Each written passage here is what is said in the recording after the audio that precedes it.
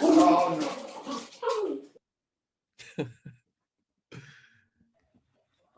the live stream is on. If sergeants will begin their recordings. PC recording has started. According to the cloud, all set. Backup is rolling.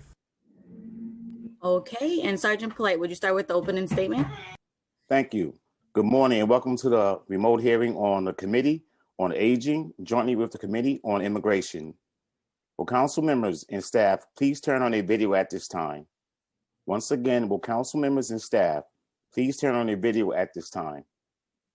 Thank you. To minimize disruption, please place your cell phones and electronics to vibrate. You may send your testimony at testimony@council.nyc.gov. Once again, that's testimony@council.nyc.gov. Chair Menchaca, we are ready to begin.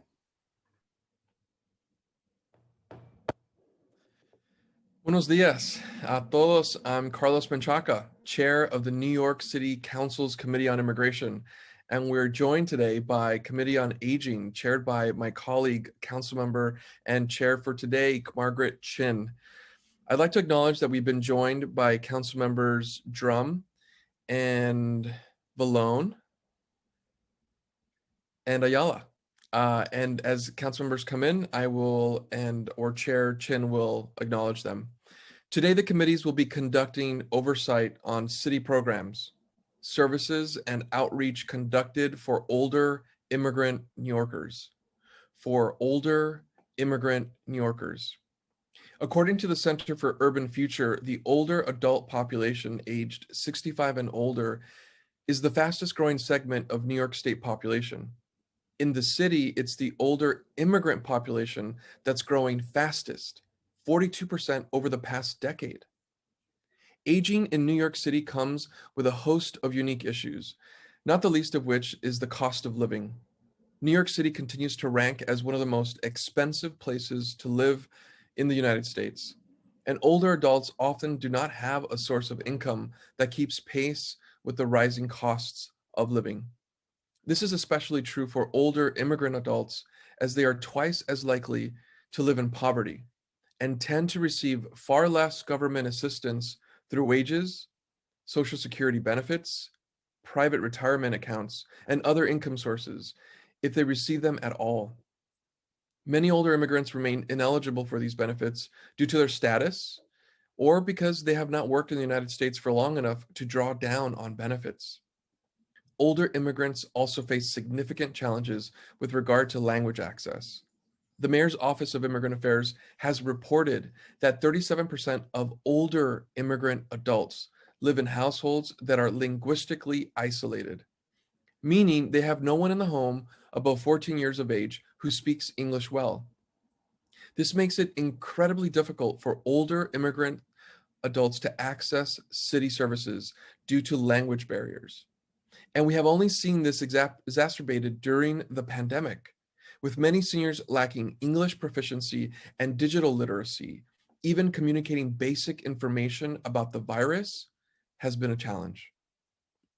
And social isolation and language barriers only further exacerbate food insecurity during this pandemic, with food insecurity doubling amongst older New Yorkers. These are critical and pressing issues facing our older New Yorkers, and especially our older immigrant New Yorkers, as we as a city must come up with solutions on how to best address them. Thank you to the administration for joining us today. I can't wait to hear about the work that Moya and DFTA are spearheading along with the Department for the Aging, DFTA, to ensure that our older immigrant New Yorkers are not forgotten. More than ever, we must prioritize resources to ensure population leaders in our communities who've devoted lives to us, to their children, and to our communities, that they are treated with dignity and honor. We have much more room for improvement, and it must start with accessible COVID-19 vaccines for all. It must not end there. It must not end there. I want to thank the administration and service providers for testifying today, as well as the staff who have been working really hard behind the scenes to ensure that the online hearing runs smoothly. I'd like to thank Immigration Committee Council staff for their work, Committee Counsel Harbani Auja, Policy Analyst Elizabeth Kronk, and my staff as well, Chief of Staff Lorena Lucero, Legislative Director Cesar Vargas, and Communications Director Tony Chirito. And with that, I want to turn over to my co-chair, Councilmember Chair Chin, passionate leader who does everything every single day to support the voices and the power of our older immigrant New Yorkers. Chair Chin. Thank you. Thank you to Chair Menchaca. We're also joined by Council Member Diaz Sr. Good morning. I'm Council Member Margaret Chin, Chair of the Committee on Aging, and I would like to welcome you to today's joint oversight hearing on older immigrant adults. I'd like to thank Chair Menchaca of the Immigration Committee for co-hosting this important hearing with me. It is not news that New York City's older adult population is growing. Older adults are the fastest growing group in the entire state. However, something that is often overlooked is that within that larger group, older immigrants in particulars are growing rapidly. Over the last 10 years within New York State, the number of older immigrants have nearly doubled the rate of those within the US. In New York City alone, the older immigrant population has grown over 42% in the past decade. Of our 3.2 million immigrants, almost 20% are 65 and older. This makes older immigrants a group that we cannot ignore. While all older adults face age-related challenges such as health, ailments, mobility issue, affordable housing, food insecurity, and poverty, often these issues are seen at a higher rate in the older immigrant population.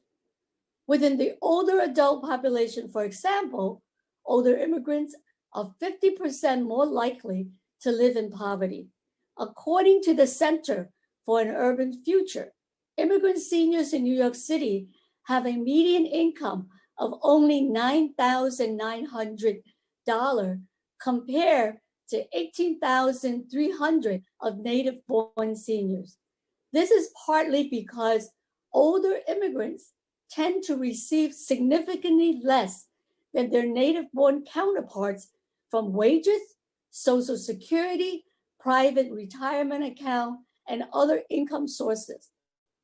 Older immigrants are often under-enrolled in programs like Social Security, SNAP, and Medicare, Medicaid, and many older immigrants do not qualify for these programs at all.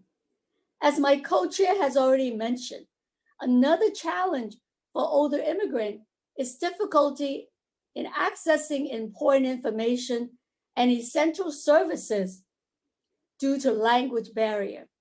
Over 3 out of every 5 older immigrants in New York City identify as limited English proficient, and more than a third of them live in households where nobody over the age of 14 speaks English at all.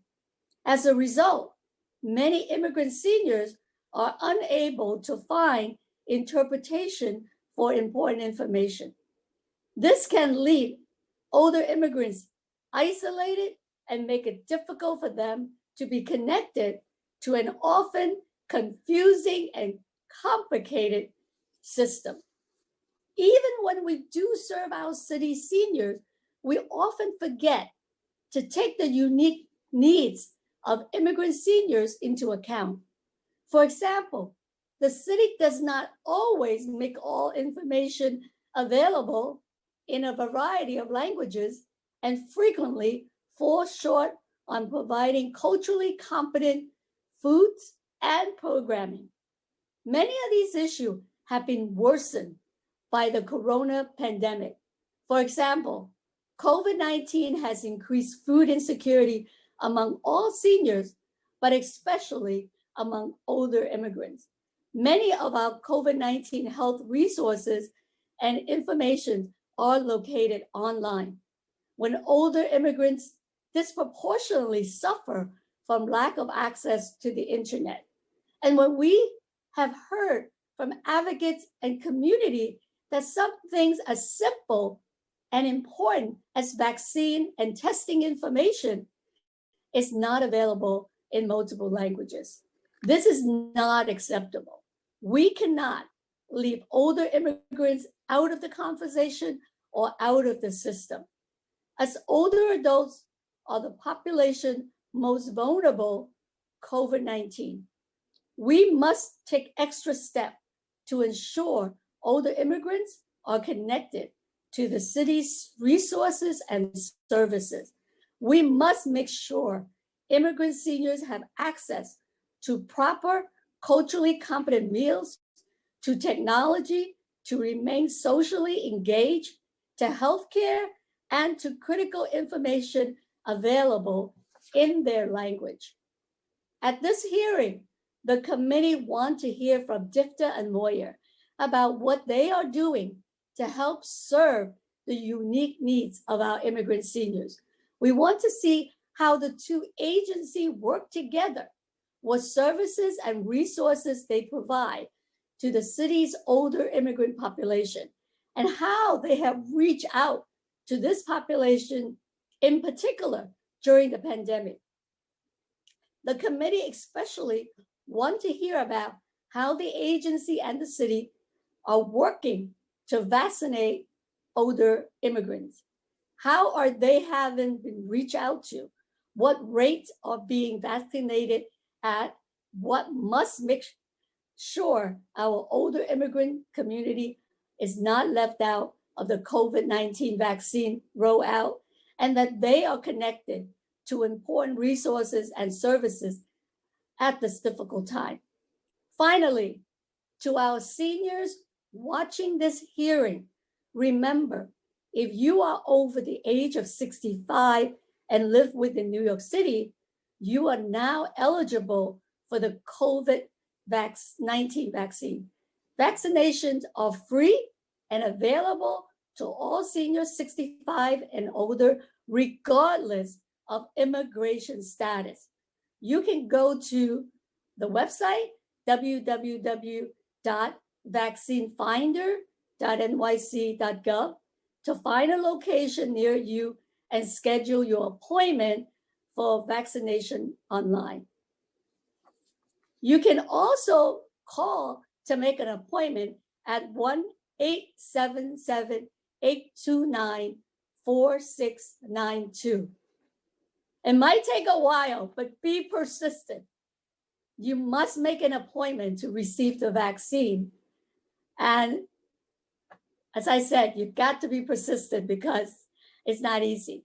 And if you need further assistance scheduling an appointment to receive a free COVID-19 vaccine, you can call the senior center that you go to or other senior center that you know of or other DFTA program.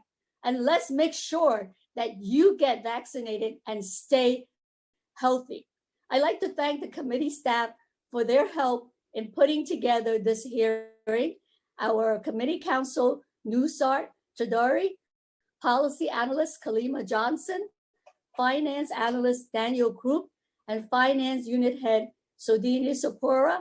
And I also like to thank my director of legislation and communication, Kana Irvine.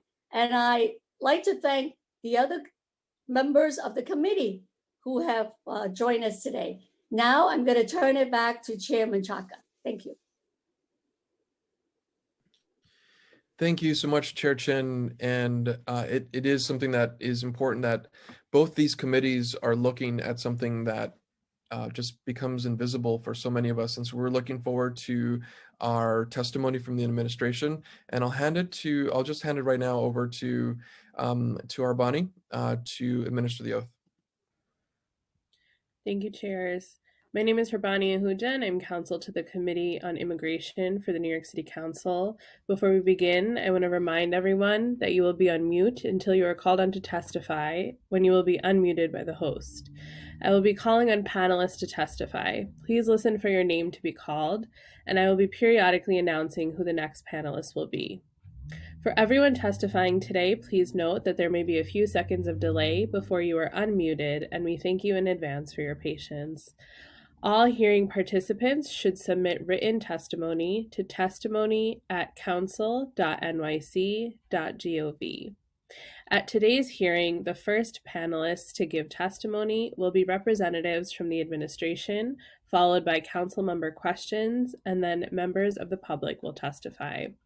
Council members who have questions for a particular panelist should use the Zoom raise hand function, and I will call on you after the panelists have completed their testimony.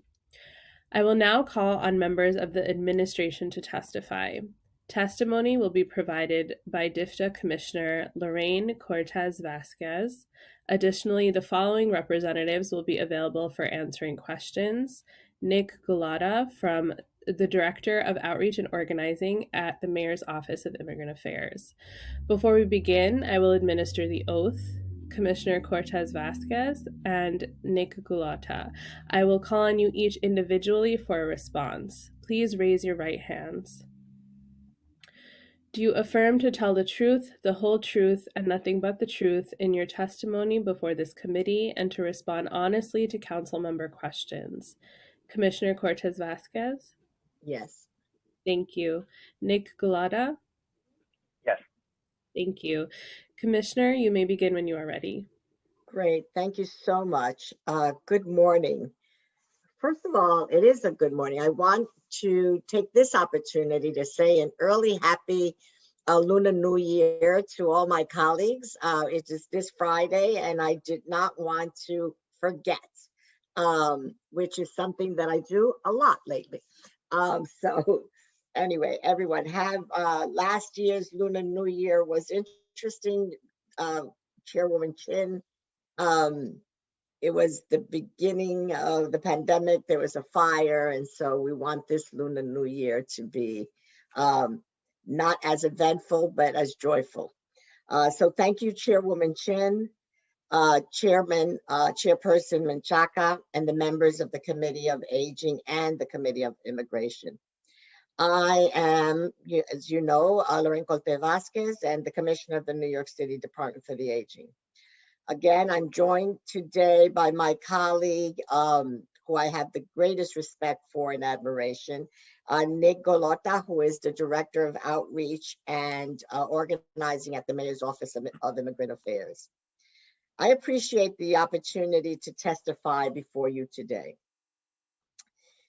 As someone from this affected community, I look forward to sharing information about our services themselves, as well as some of the personal stories of immigrant older adults who have benefited from the services offered by our vast network of agencies in the Aging Network. These stories are small highlights of some of the impact of the work that our communities do. I want to give, both of you cited some population information, and I want to just delve into that a little deeper. According to the American Community Survey of 2019, there were over 1.7 million older adults living in New York, accounting for roughly 21% of the city's population. I want to just say that again. Older adults represent 21% of the city's population, and that number is expected to grow in the future. Despite the onslaught of federal rule changes over the last 4 years, which we all had to suffer through, many of them targeted immigrants. New York City remained a destination where many immigrants, particularly older adults, were safe, and it was a harbor city. In 2019, New York City had 3 million foreign-born residents, down about less than 1% from 2010. Yet despite this small decrease in the overall population, foreign-born residents over the age of 60 increased by 33% between 2010 and 2019, over close to a million people. It was about 875,000 people. And the most popular countries of origin are now China, the Dominican Republic, and Puerto Rico. With the rise in the immigrant older New Yorker, there is great diversity in the languages spoken at home as well. For older New Yorkers, just over 47% speak a language other than English at home. That is almost close to half the older population speaks another language. This is an increase of 2.6 from the earlier survey done in 2010. It is also interesting to note which of these languages have changed. From 2010 to 2019, older adults who spoke Spanish at home increased by 33%, while those who spoke Chinese, Mandarin, and other Asian, Korean, other Asian Pacific Islander languages increased by nearly 54%. 33% for Spanish, Asian, Pan-Asian languages, 54%. Additional languages other than Indo-European also increased by almost 49%. Within those who speak a language other than English at home, almost 32% indicate that they speak English less than very well. That may, which is a slight decrease from 2010, which basically talks about the new immigration status. The population of immigrant older adults are usually not new immigrants. And that's one thing that I think we all need to remind ourselves, that residents who are choosing to age in place in New York City, who immigrated between 1990 and 1999, and then there was a slight decrease in 2000 by 47% and 44% respectively. While those who entered prior to 1990 increased by 17.1%, which means that people are aging in place. Given the length of stay in the country, it makes sense that any overwhelming number of foreign-born older adults are also being naturalized citizens. In 2019, roughly 78% of the foreign-born older adults were naturalized citizens, up from 74% in 2010. For the remaining 22% that are not citizens, many face challenges accessing benefits, such as federal Medicaid, for which they are not eligible. And you and I know that if you have an immigrant status and you've been working with a Social Security number, that is one benefit you will never realize. So you've been contributing and will never draw down on those benefits. Reduced access to health benefits was exacerbated by the recent federal changes to the public charge rule, which added further restrictions for many non-citizens who might otherwise access public benefits, while also creating a chilling effect for others who are not subject to the rule, but fear the consequences if they apply. Historically, the public charge rule had been used in the green card application process to assess whether that person would be dependent on cash assistance from government funded programs to survive. In 2018, the federal administration proposed changes to expand which benefits would be used to evaluate public charge status. It should be included in non-emergency federal Medicaid, supplemental SNAP, supplemental nutrition assistance, which is needed by many families, public housing Section 8 vouchers, and Medicaid Part D low-income subsidy. While using these programs does not necessarily preclude someone from changing their visa status or getting a green card, they can be used as factors. The rule is currently tied up in the courts, and it's currently under review by the Biden administration, but it is still currently in effect, and it will likely take a while for it to be reversed. Despite federal policies, again, the Blasio administration, the city of New York, has made it a priority to ensure that the city provides critical services to everyone, including immigrants. Some of these services include NYC Care, which provides free health care to all eligible individuals, regardless of their immigration status. and mental health services through Thrive NYC. And during this pandemic, food and food hubs through Get Food NYC.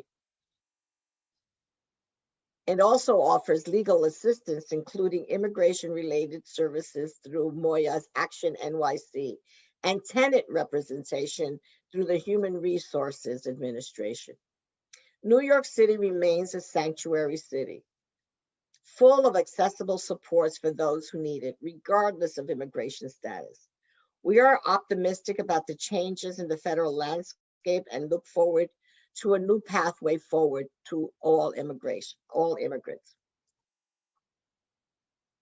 Much more can be done and much needs to be done to alleviate some of the fears. New York City offers a wide range of services for older adults over the age of 60, regardless of status. These services remain available and open to all New Yorkers throughout the COVID-19. In fact, the documentation question, the status question, is not raised by any program at the Department for the Aging. All services follow the local guidance from Local Law 30 of 2017 regarding language access. This ensures that all written communication is provided in at least the 10 languages. And in addition to on-site translation, we have the telephone translation, which offers 240 languages. And those, our services have access to that also. Additionally, all services are provided in culturally competent manner. That is our goal. That is what we strive for. New York City aging staff receive cultural competency training in order to best meet the needs of the diverse group of older adults that we serve.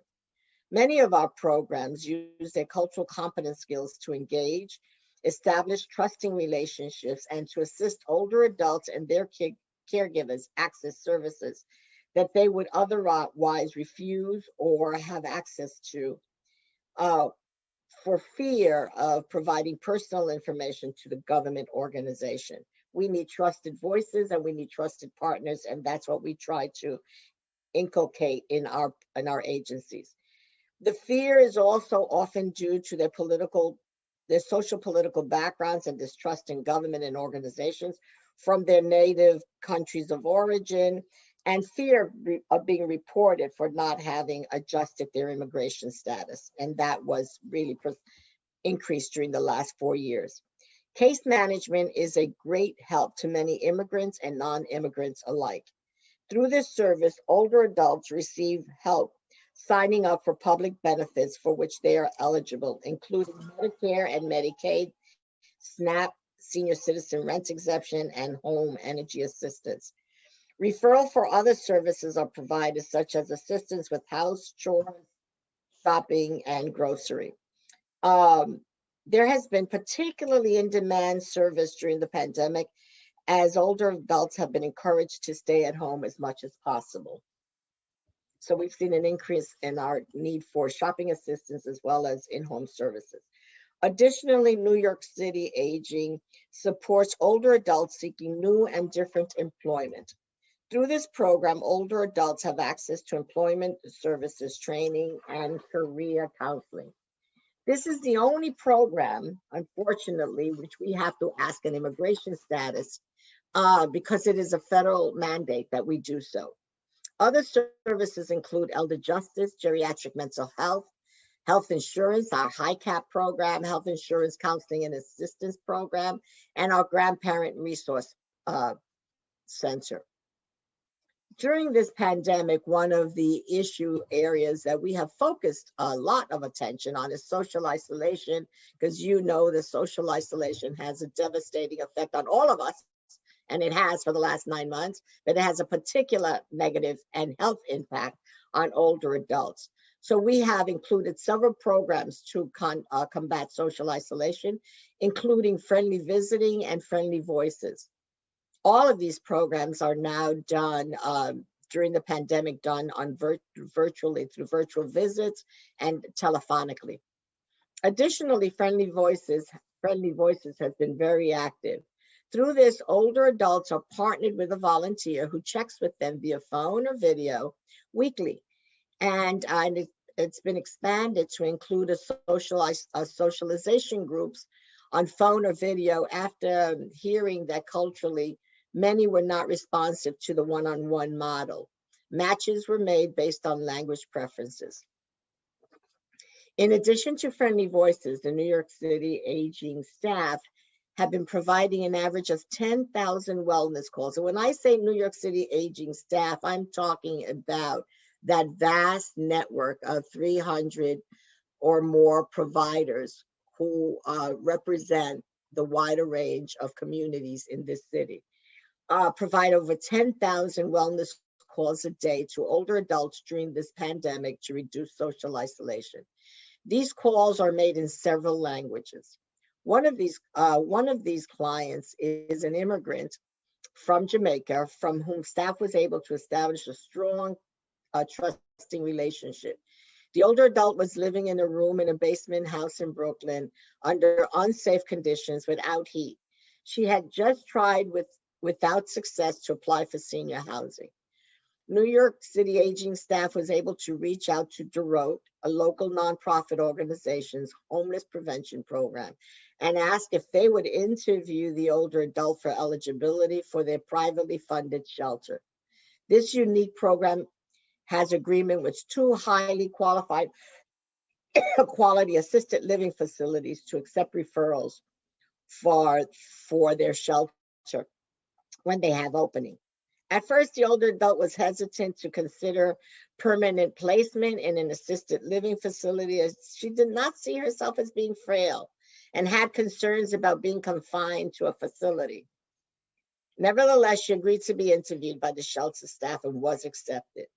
The older adult decided to accept DeRote's offer and move into the shelter on December 2nd. That is one of the success stories. I wish we had more and more of those on a daily basis.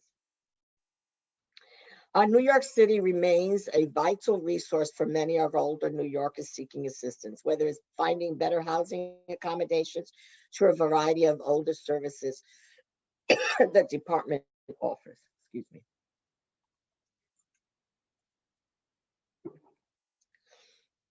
Over the years, older adults are eligible to receive free meals, access to free meals through our home delivered program, as well as through our local senior centers. And for years, we have tried and have succeeded to make sure that religious, cultural preferences are being attended to for the populations that we have. For these meals, there's a wide range of meals options, including vegetarian, halal, kosher, Spanish, Pan-Asian, which seeks to deal with the dietary needs and the preferences of older adults. That is one of those issues that we can always move more and grow as the population keeps changing. Our services will keep changing, and that is why we look for the opportunities to create new, to look at the senior center of the future, so that we could really move in that direction. These meals are essential, and during the pandemic, we found ourselves with many more older adults finding themselves food insecure. And we're really looking forward to roll out a re-engineering of senior centers to provide food in a variety of ways directly to clients. And yes, Councilwoman Chin, we are working diligently to bring back the senior center and the food delivery process during this pandemic. And I think that we may have real good news in maybe a week. So I'm looking forward with that much more anxiously, I think, than you are. Even with these meal options, immigrant older adults sometimes experience difficulty navigating the systems in order to access food. We know that.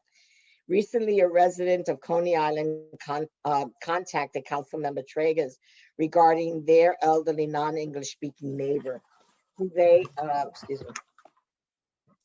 thought was frail and alone in need of food. They didn't have any contact information. The Councilmember Tragos reached out to the local senior center, who then reached out to the Department for the Aging to help identify who that person was. Through New York City Aging's STAR program, the database, 2 adults were identified and contacted. It was confirmed that there was a woman who did not speak English living alone as her husband had passed away. New York City Aging reached back. That's the new way that we're saying DIFTA, Councilwoman Chin and Councilmember Machaka. New York, every now it confuses me too. New York City Aging reached back to the senior center, who had a custodian deliver shelf-stable food to the older adults. That is the connection between the council member and that wonderful neighbor who identified this English-speaking neighbor of theirs who was living in isolation and recently widowed. She was thankful for the meals, but was afraid to leave her home because of COVID. She said she didn't need anything other than food. The program added the older adult to the meal delivery list, and she began to receive food through Get Food New York's emergency food delivery system. In addition to meals and case management, New York City's Aging Network of Senior Center also provides a wide range of education. Oh my God, I said that really weird. A wide range of educational and enrichment options. Some example of these activities include nutrition education, creative writing classes, intergenerational program, assistance with employment benefits, and housing supports. Now all of those programs are done virtually or telephonically. Many of these program offers are rooted in other cultures. For example, salsa classes, African drumming, Chinese art, Tai Chi, yoga. They've all become staples at many centers. Many of these programs are being offered in languages other than English. And if you go to, there's a program, Amico in Brooklyn, that is, I call it the United Nations. They have Asian, Latino, East Asians, Indians, Russians, and Italian, all cohabiting in these 3 floors, dancing, and it is quite a sight to see. So I invite everyone to go to Amico at least once. It's a treat. And there are specific offerings in a variety of centers, you know, and the goal is to do more and more Amicos, because as the population changes, there will no longer be one program that can address one population. There'll be multiple populations in a particular center. We also understand that many seniors are now living in naturally occurring retirement communities, commonly known NORCs, across the city. Our goal is obviously to increase those NORCs over time. New York City Aging funds services for 28 NORCs. And there are additional 32 NORCs that are funded directly by the state or discretionary funding by New York City council members. So we thank you for that.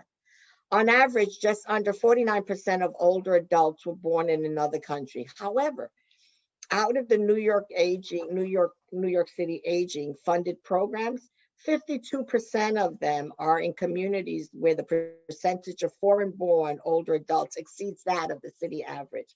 So our NORCs, and the ones funded by the Department for the Aging, are in multicultural communities and immigrant communities, which we're very proud of.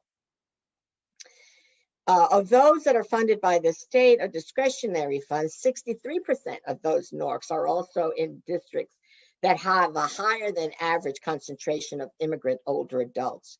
These supports, the earlier mentioned data shows there is a trend for immigrants aging in place. And so that is something that we're looking to in the future to make sure that we can program, which is one day. Soon I will be talking to Chairwoman Chin about something called Community Cares, which is to address the needs of people who are aging in place. Many of our immigrant older adults are caregivers or have caregiving. And I know that personally, and I know some of you also know that personally. It is quite a task to be a caregiver. Zoraya and her husband are among them. Zoraya acts as a secondary caregiver to her husband, who's suffering from cancer and diabetes.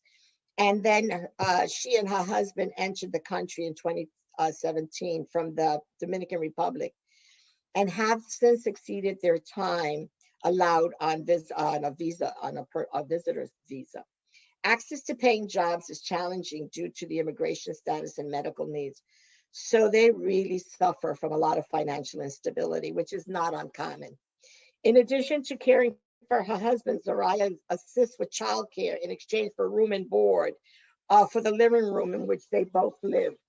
Zoraya was able to contact PSS Circle of Care Caregivers, which is one of our caregiving programs funded by the New York City Department for the Aging, New York City Aging, through which supportive services are provided to caregivers.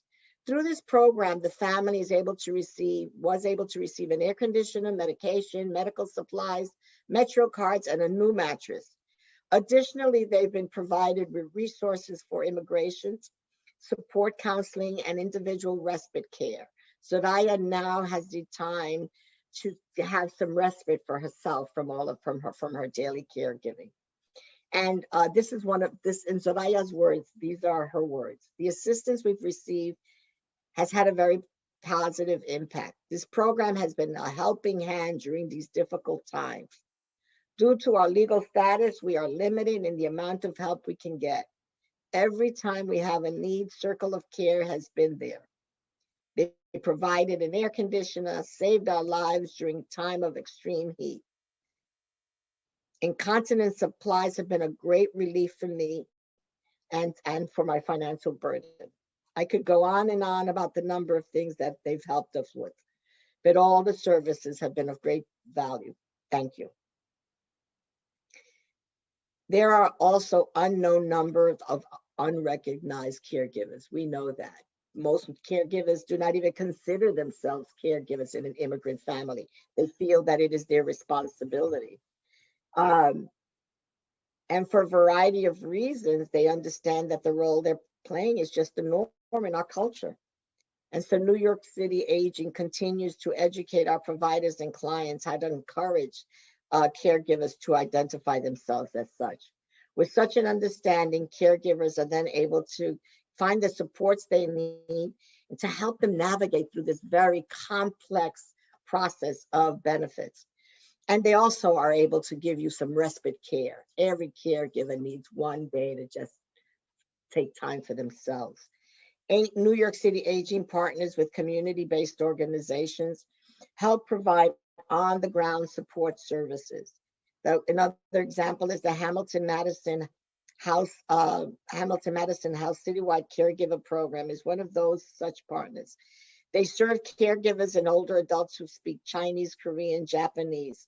Olivia Hahn, director of Hamilton Madison House Citywide Caregiver Program, says for many immigrants, whether undocumented or not, we're able to be the safety net. We have been able to connect many of our clients with vouchers through the New York City's Office of Immigration Affairs, in emergency relief funding, and some funding in emergency response grants due to life circumstances.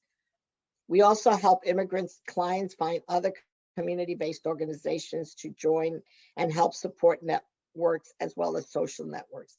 This allows them to find a place to potentially exchange and engage in organizing and advocacy within the community beyond themselves.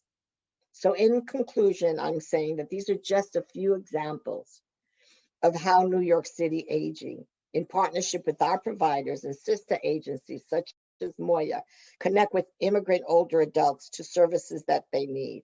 New York City Aging is pleased to be able to provide culturally competent services. Can we do better? Should we be doing more? Absolutely. But we are doing, given the resources and the limitations that we have, we are doing everything possible and making sure that we provide the cultural competency training so that we can expand those services. I am incredibly grateful to Chairman Chin and the entire Aging Committee for your continued advocacy and partnership and support for this community, for these immigrant communities, and for older New Yorkers as a whole. Thank you very much. Thank you, Commissioner, for your testimony. I'm now going to turn it over to questions from Chairman Chaka, followed by Chair Chin. Panelists, please stay unmuted if possible during the question and answer period. Thank you. Chairman Chaka, please begin. Yeah, thank you so much, Rabani, and thank you, Commissioner, for being here and for sharing the stories. I think it was really important for us to remember what it felt like when senior centers were open, when we were in full throttle in the experiences. I remember just going in and dancing and singing and just being in community, and how much I want to go back to that space. And I think this just makes this hearing even more important, because all of that is gone in so many ways. All of that important infrastructure is what we're talking about here in services, and I think those are beginning to shift and change. I also just want to note that we are not joined by the Commissioner of Moya, and I'm always disappointed when I cannot have the Commissioner here before the City Council's Committee on Immigration. We're really excited that Nick is here, and I have questions for him, and I hope that he can answer the questions that we have. And if not, we will ask you to get someone on the line to be able to answer them, because this is really critical as we prepare for the budget and for other legislative agenda items. And so, Commissioner Cortez Vasquez, I'm going to actually hand it over to Chair Chin so that she can ask you as the appropriate agency, since you did testify, and I'll come back with my Moya questions. Thank you so Great, much. thank you so much. I hope to dance soon at a senior center also. We all hope. I think we all hope to do that. We're all hoping for that. Get vaccinated. Well, we got to make sure all our seniors get vaccinated. And that's what we told the mayor and the Vaccine Command Center. Open up our senior centers. Do the vaccination there, right? Do it at our 202 buildings. Do it at our NORCs. The infrastructure is there. I know we don't have enough vaccine, but let's get ready. When the vaccine comes, we are ready. So we want to work with you to make sure that it's easy for our seniors to get it. Because right now it's so difficult. It's ridiculous. You get on the website, you can't navigate. You get on the phone, it takes hours. And that's the complaint that we've been getting from our seniors, that they're so frustrated. And we just heard that the state is going to give some, different community. And it's like, we all need it, especially for our senior. Commissioner, it's always great to see you. Thank you. You're looking well. So we got a lot of work to do. I mean, Yep. In your testimony, you talk about, the growing number of seniors, but then when you compare the budget, right? Seniors are over 20% of the city's population. 21% will soon be almost 25%. Okay, and how much is the DFTA budget? It's still less than 0.5%. Okay, and that's a shame. And that's why we need to continue to fight for more funding.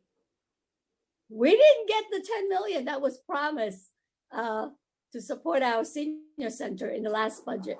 So we're gonna have to make sure we get that money and more. I mean, the senior center that you gave examples to, they're great.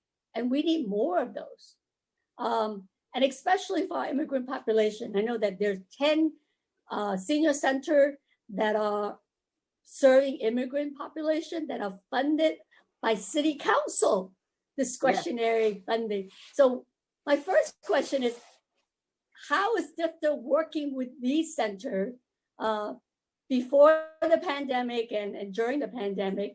And how do you see really incorporating them into DFTA's portfolio so they are contract the center? I know that this is a new RFP that you're working on.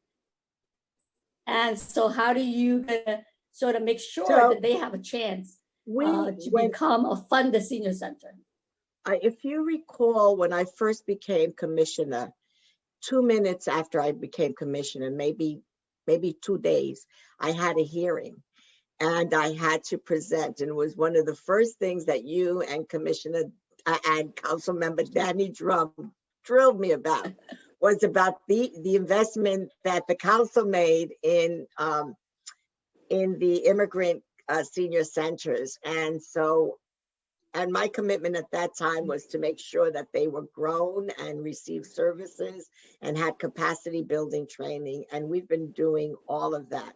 And as we move, and most of that in preparation for this RFP that we will be releasing to make sure that they can compete. And we've also identified areas, as you know, we've been doing some mapping of older adults throughout New York and looking at where we have service deserts. And it's interesting, well, not interesting, it's not surprising that a lot of the service deserts are where there are some immigrant communities. And so that we do have the opportunity for growth in those communities.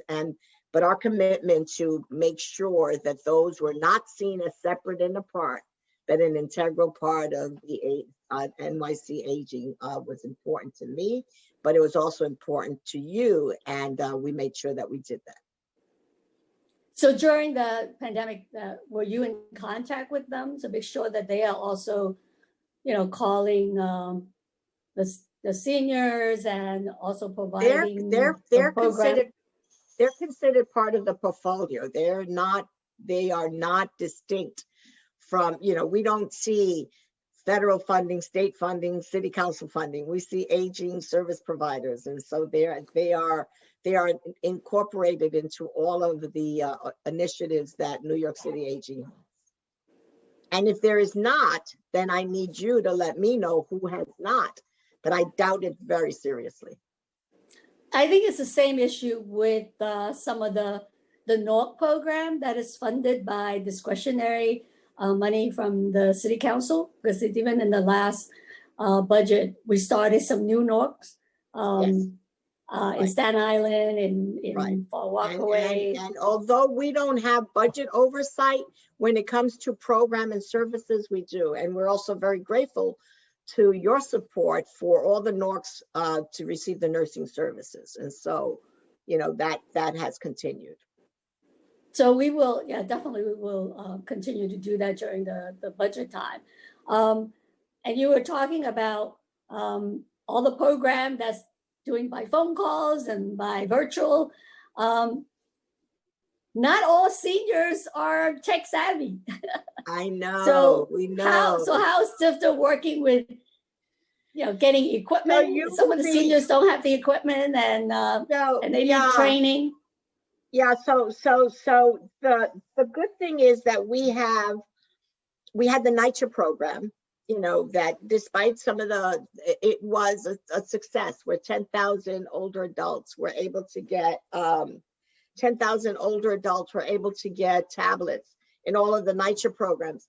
And that, in addition to the 22 programs that we support to get technology training through OATS, so that just augmented that program, those services.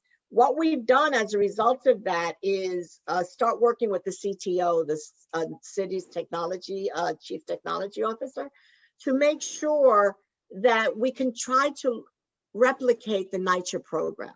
And what we're looking to do is to do just that, create an infrastructure so that more and more people can have the tablets and the training, the companion training with those tablets, because what good is a tablet if you don't know how to fully utilize it? So to have the companion training. And for us, it has been, we will look at it as we roll out new initiatives, and together we will make sure that those kind of things are possible. But that is the way of the future, and we know that that's the direction that we have to go into. And it has been amazing. When we started this pandemic, there were only 31 programs, Councilwoman Chin, who did virtual programming. Right now, we have upwards of 200, and they are doing very creative things. And what we've done now is create a library so that they could use each other's programs and services. So it brings you, state-of-the-art kind of programming at the local senior centers. So lots to do, and not enough time to do it. Not just enough time, not enough money. So we got to make sure we got our fair share, especially, and we got to make that loud and clear to the administration that the senior population cannot be ignored, and the immigrant population cannot be ignored. In this budget, we're hopeful that there will be more support from the federal government. And Commissioner, we're behind you. And I'm really happy to hear that there'll be some good news coming in a week or so about our senior centers. And Yes. so we're very about them getting very involved in the hopeful. food security, and we don't lose, and as you know, from the very beginning, we've been working very closely with the Vaccine Command Center. We established this work group. You heard about the work group, I think at the last hearing. If we meet with them regularly, weekly, to make sure that we get real-time feedback on what improvements are necessary. And our colleagues at the Vaccine Command Center have been very responsive and making things accessible. And we are very, it's never off the table that senior centers could be a site. It's just, how is it that we meet the demands of the vaccine, as well as all of the conditions that are required for that. So nothing's off the table. It is still all part of the process. And I must say the Vaccine Command Center is really being responsive to the needs of older adults, and I'm sure that Nick will also amplify that to the language access and all of the issues for immigrant communities also. Yeah, I mean, like we talked to the staff at the Vaccine Command Center, and we keep saying the same thing over and over again. Infrastructure are there. And I know that in our last hearing, they did talk about that they did surveys of the senior center, that 100s are possible. So we say, well, where are they? We just want to make sure that it's easy for our center. No, but we've made some good movement in that arena. We have the NYCHA senior centers that are also serving as vaccine pods, which is a great movement forward. We also have, JASA has been selected to be through the state. JASA, some of the housing projects, as well as another JASA program, has served as a pod. So we have models that we can build on and use as examples. RAIN just this weekend, was able to serve as a pod just for a weekend as a test. They were able to do 270 vaccines. So we are, there are examples, and we're moving forward, and we'll see where the demand is. And we're also very fortunate with Yankee Stadium for the Bronx, that is, so I know as a Bronx side, I had to throw that one in, and as a Yankee fan. I know that. I mean, that's why there are examples out there. I mean, the issue is making sure that we get the vaccine, and also better coordination with the state. So it's like, sometimes it's so confusing. The state is saying something, or the state is doing something, and the city is. So I think we really need better coordination with the mayor and the governor.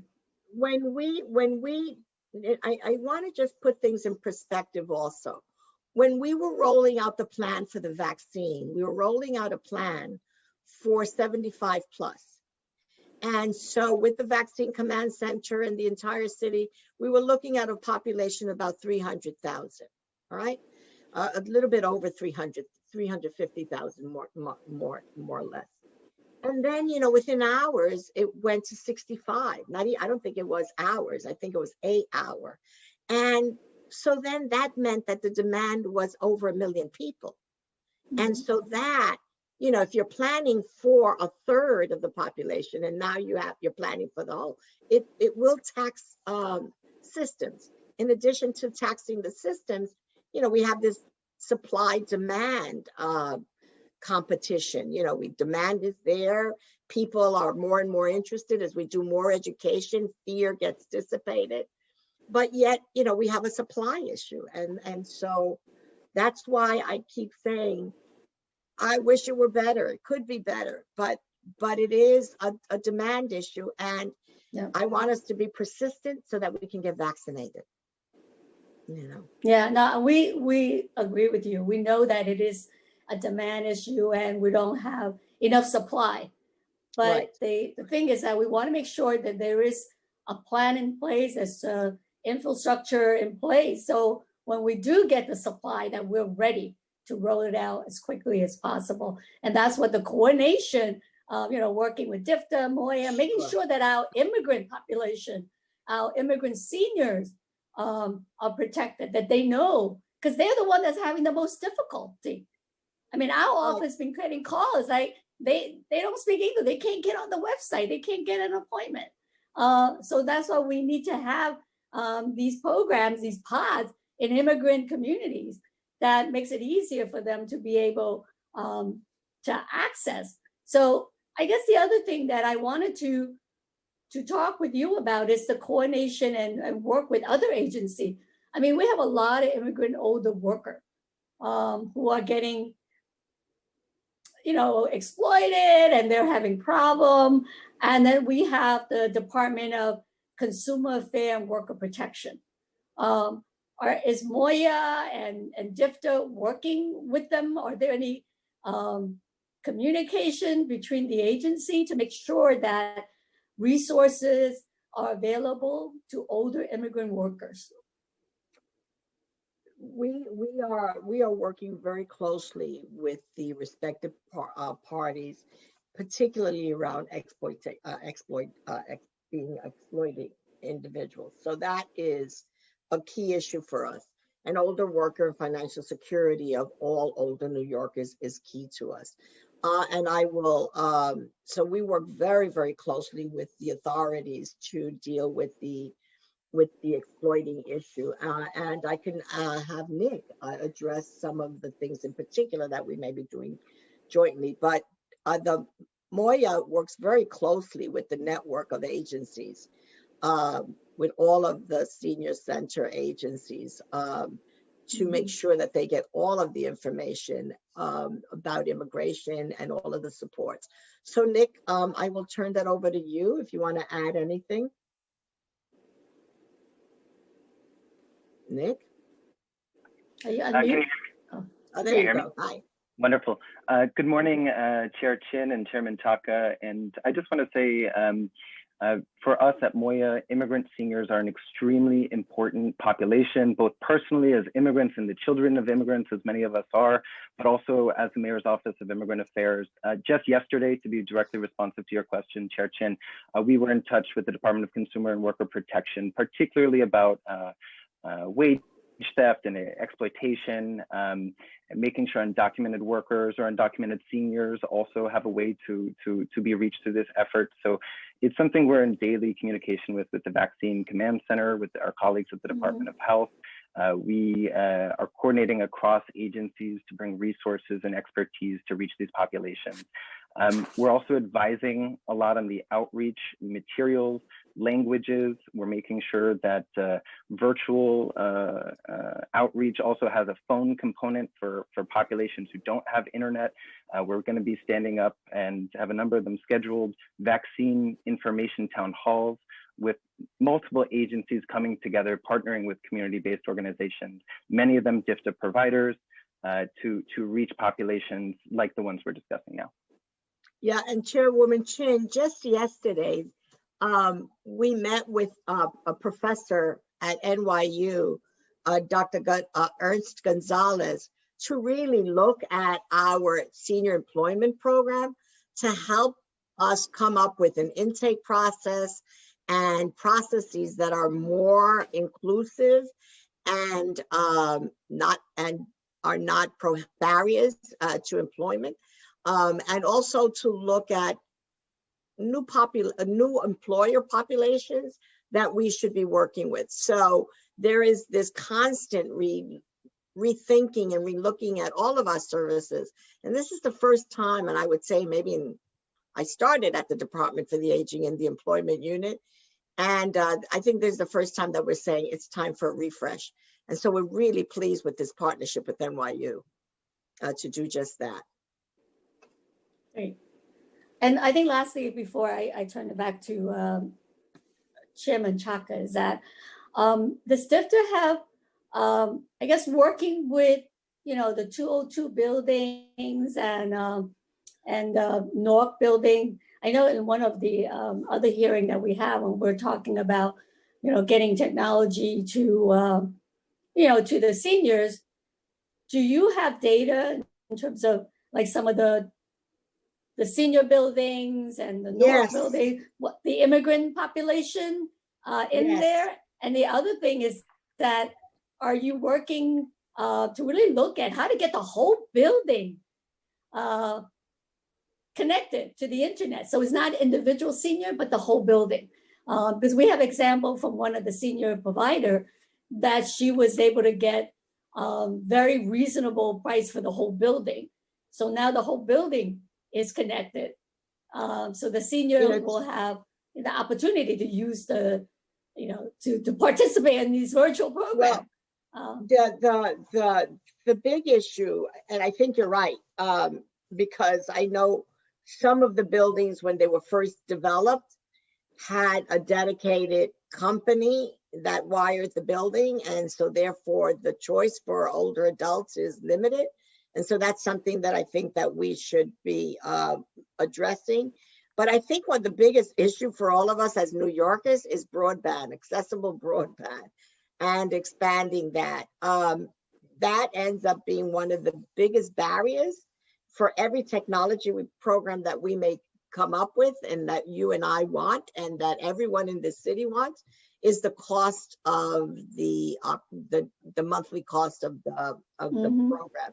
So it's one of the things that we're looking at with the chief technology officer. How can we mitigate that? How can we make some arrangements with some of the companies? And those are a variety of the things that we're looking at. But I get very concerned when a building was already wired with a particular company, which then means the senior doesn't have many options. But if we had universal broadband in many of our communities, which is one thing I think I want all of us to keep, persisting. I know that the administration is working on that.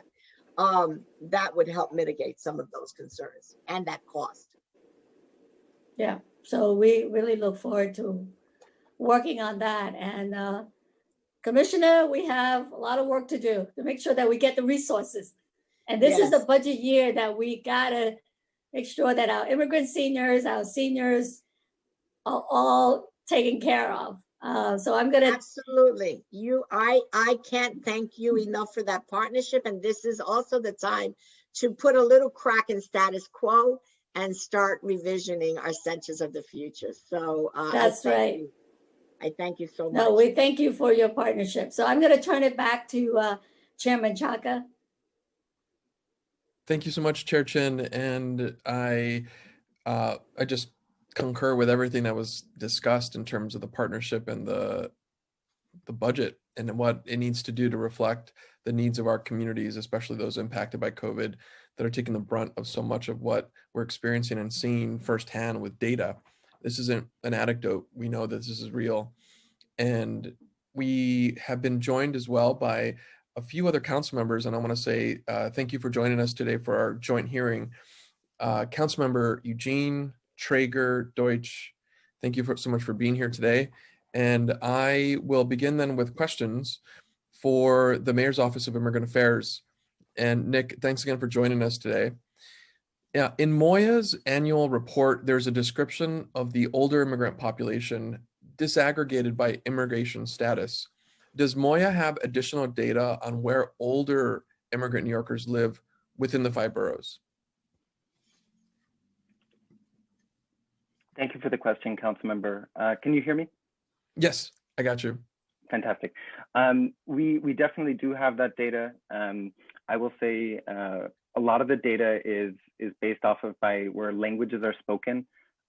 So I'd be happy to circle back with specifics from that. I will say that we can get it to you right after this hearing. Okay. Okay. Well, let's go. Let's see how the rest of the questions go. Does the Moya have country of origin data or top language or languages spoken for this particular population? Absolutely. So we know about 60% of our immigrant seniors don't speak English well, are considered a limited English proficient. We know, for example, that a significant majority, about 40% of our immigrant seniors are from Latin America and the Caribbean. We have data specific to both their citizenship status, and then so who isn't as well, 20% who are not citizens of that population, poverty, English proficiency, the number, sort of the top languages spoken as well. Okay, so I guess I'm relating this to the first part of the question that really focuses on older immigrant populations that are disaggregated. And so really what I'm trying to find out is, and I know that you have the general information. What we're looking for is country of origin data or top languages for the disaggregated seniors. Yeah, Councilmember, it's 26% we know are from, I can sort of give you the regions. We can say 26% we look at from Europe, 46%, I'm going to correct myself, from Latin America and the Caribbean, and 23% from Asia and Oceania. Okay, and okay. Well, let's go back to that, because I think we also wanted a sense of the data that's connected to the locations in the 5 boroughs, and so I'm not understanding how the data is connected in terms of percentages for boroughs. So let's come back to that. What does Moya have about what data does Moya have that speaks to the unique needs of older immigrant New Yorkers as distinct from the US born counterparts? Sure, absolutely. So we know that about 50% senior immigrants are about 50% more likely to be living in poverty than our native-born seniors, right? So from our work, we know technology is going to be an issue in terms of access, right? We know the needs in terms of benefits is going to be stronger. We know that our work is sort of critical. From that data, we know that our outreach has to be targeted towards our immigrant communities, toward those hardest to reach, those who are least likely to, access benefits. And that's what we do every single day. Our team is on the ground providing services in communities, getting the word out about our programs and services. Throughout the pandemic, I'll just say, we started, like many of our sister agencies, doing virtual outreach in March and April. We continue that to this day. We've done about 360 in-language Know Your Rights presentations since the pandemic started. Right. As I mentioned, Nick, if I could stop you there. What I'm looking for is very specifically the older immigrant population. That's what the hearing is trying to focus on. And so I still feel like this is a general release of information. And that's what I'm looking for. Councilmember Menchaca, I can give you, and Nick, I will support you in this also. We can give you older adult immigrant population, and we can disaggregate it by borough for you. So I will see what we have and give you that. And I'm not sure if we could give you every country of origin, but I'll see what data we do have. All right, and so we can support you with that information. Wonderful. And so back to the third question, which is really trying to think about the programs associated with the focus on the elder immigrant population. Are there any programs that are designed specifically, and this is towards Moya, to really focus their resources? I think we heard a lot back and forth about how the council is supporting the Department for the Aging. And what I'm asking Moya is, what about that data that you can pull out, that you're going to pull out and ask and let us have, are connected to programs for that population? Sure. Absolutely. I just want to say it's a great question. And so from a starting point, I think it's really important to sort of convey that all of our programs, we serve all immigrant New Yorkers, right? Regardless of their age. And when it comes to the outreach for those programs and sort of the method, that's where we specialize, specifically in practices and in tactics that will reach those populations, right? So for example, our We Speak NYC program, after the pandemic began, we quickly transitioned it to a virtual. We have classes in virtually, there was a drop. There was a drop in older adults using the, because of the digital divide. What we did on an Do you have a outreach sense, Nick, front. of how much there was a drop for the elders? Again, all my questions are going to focus, and so I'm hoping that you can tailor the answers to how older. This is part of the problem that we're facing right now in the city, is that elder immigrant New Yorkers get pushed into a space with everybody else. And what this hearing is trying to do is really pull that population out, study it with data. We're hoping that you could come with some data today, and really look at programs that do this work. And it requires a different approach. You just heard from Chair Chin talk a lot about very specific ways and tools that the council has been trying to do with budget to infuse these data, the programs that respond to data. So can you tell us a little bit about what the decrease was for the program you just mentioned of elder New York immigrants? Sure, absolutely. So and I can get you any more specifics after this hearing as well. But what I can tell you today is that we saw an initial drop from usage across every single demographic. We surveyed the students, the English language learners and leaders, to understand sort of what languages they speak and sort of demographic information. There was an initial decrease. It has slowly climbed back up. I would say we have seen in sort of cycle 1, which was started in April, we saw we were down significantly. I'm pulling up that data for you now. Excuse me, it's my notes here.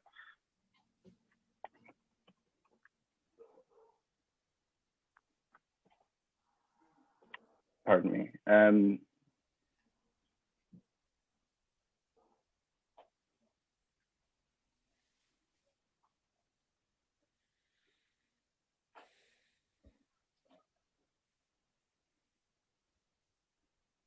Right now we're about 2,500, and that is up. That is students across the 4 cycles of We Speak. We started in April at a decrease, and that number was, say we were at,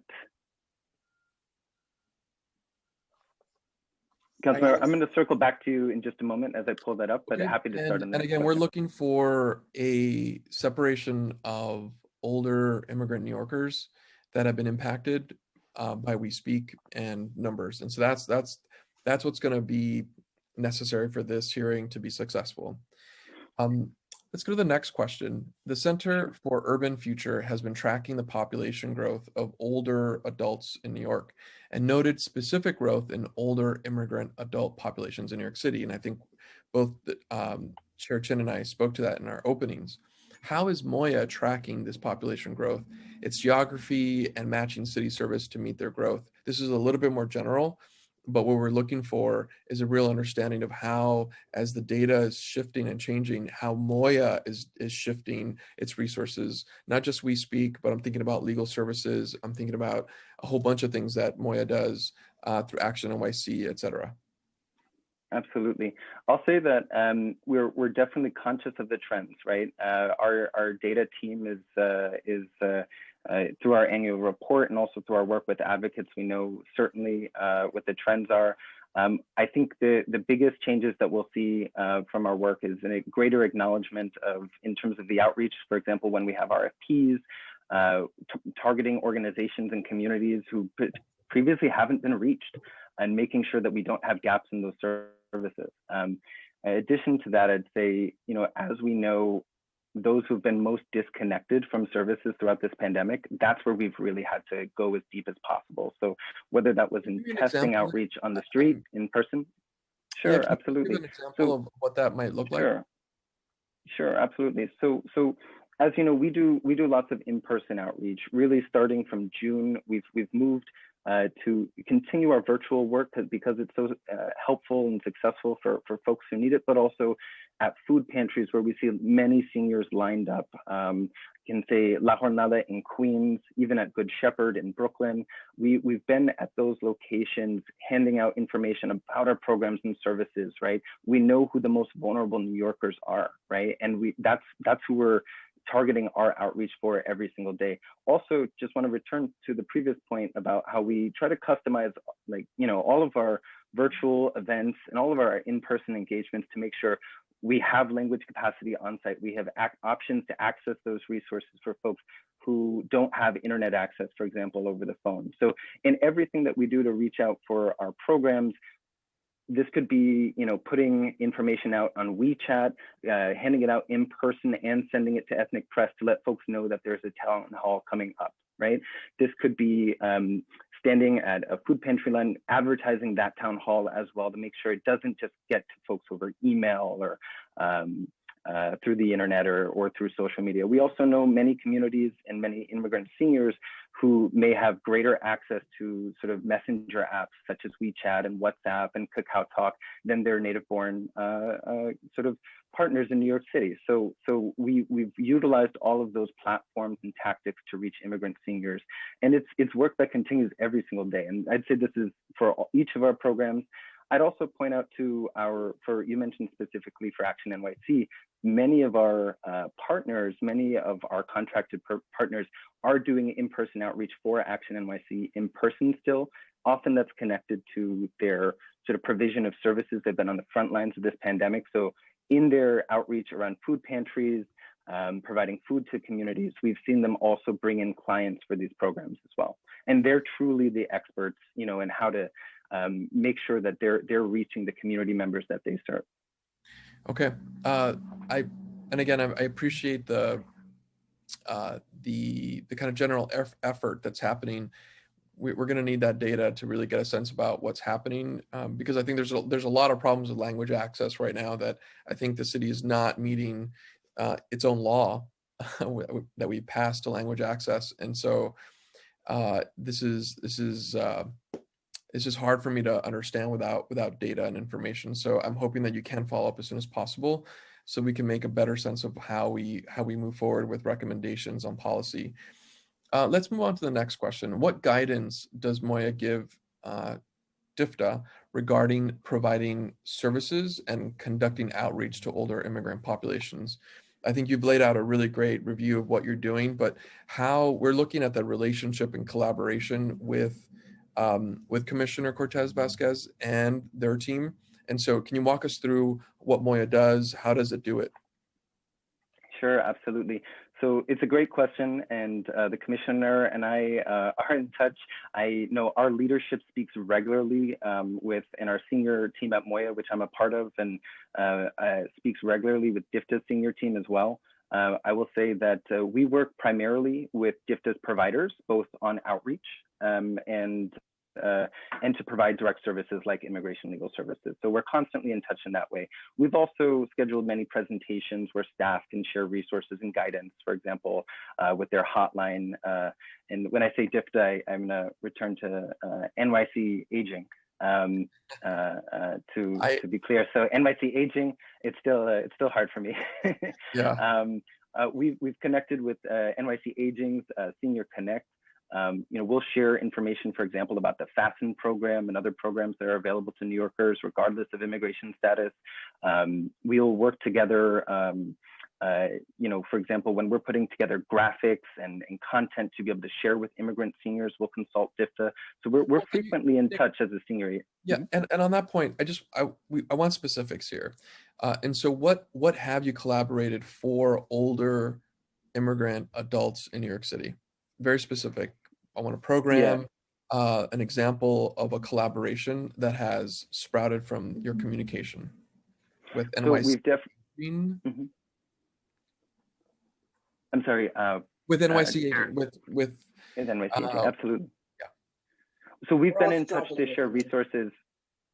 We've been in touch to share resources with NYC Aging, specifically around Senior Connect, some of the programs that we're trying to get the word out to immigrant New Yorkers about. So when folks call in their hotline, they're also sort of in touch with us as well. When there are questions, for example, that where we can offer technical assistance or advice. Our interagency team, which has language access under its portfolio, has also been in touch with DIFTA throughout the pandemic.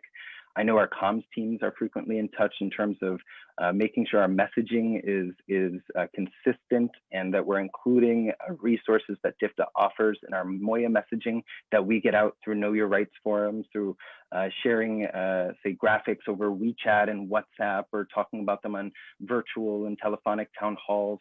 So we're frequently in touch as a sister agency. I will definitely, just to be clear, we also, I would say a bulk of our work really is with providers that DIFTA works with. So we'll be in touch with senior centers, with programs to make sure that they're getting the information from us at that end as well.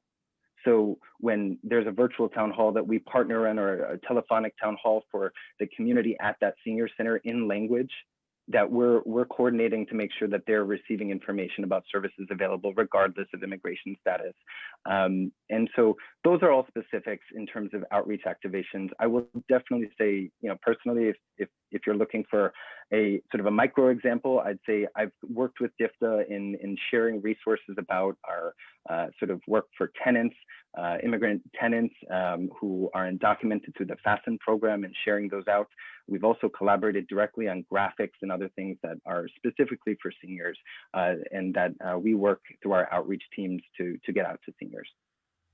What type of calls or requests does Moya receive specifically from older immigrant New Yorkers through your hotline and information desks?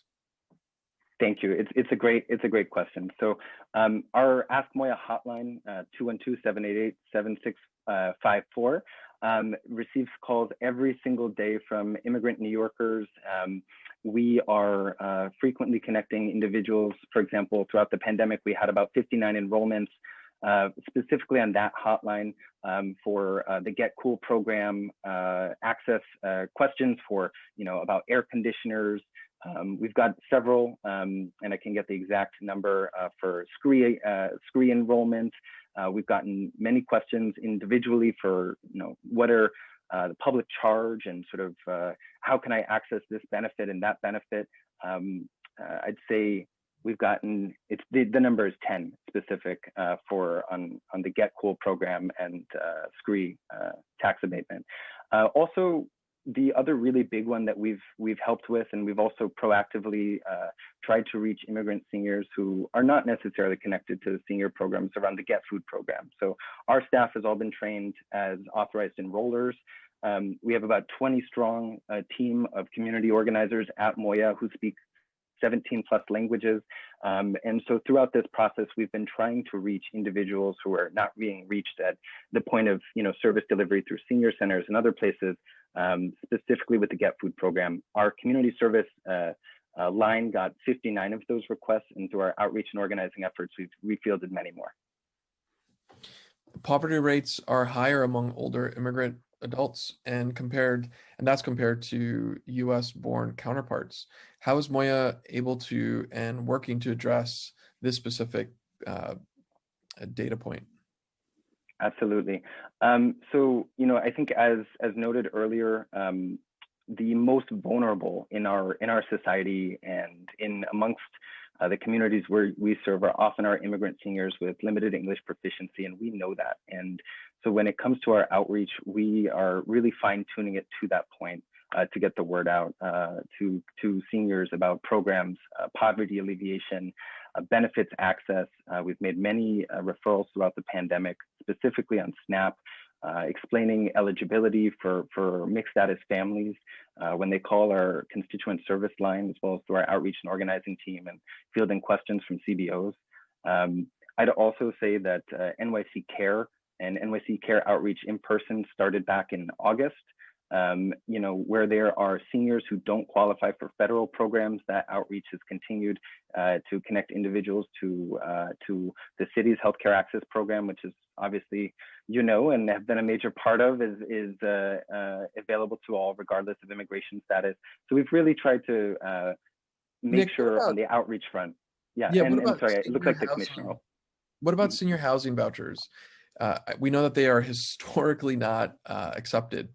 And does Moya advocate to ensure that there's universal acceptance to these vouchers to ensure that housing access happens to our vulnerable populations?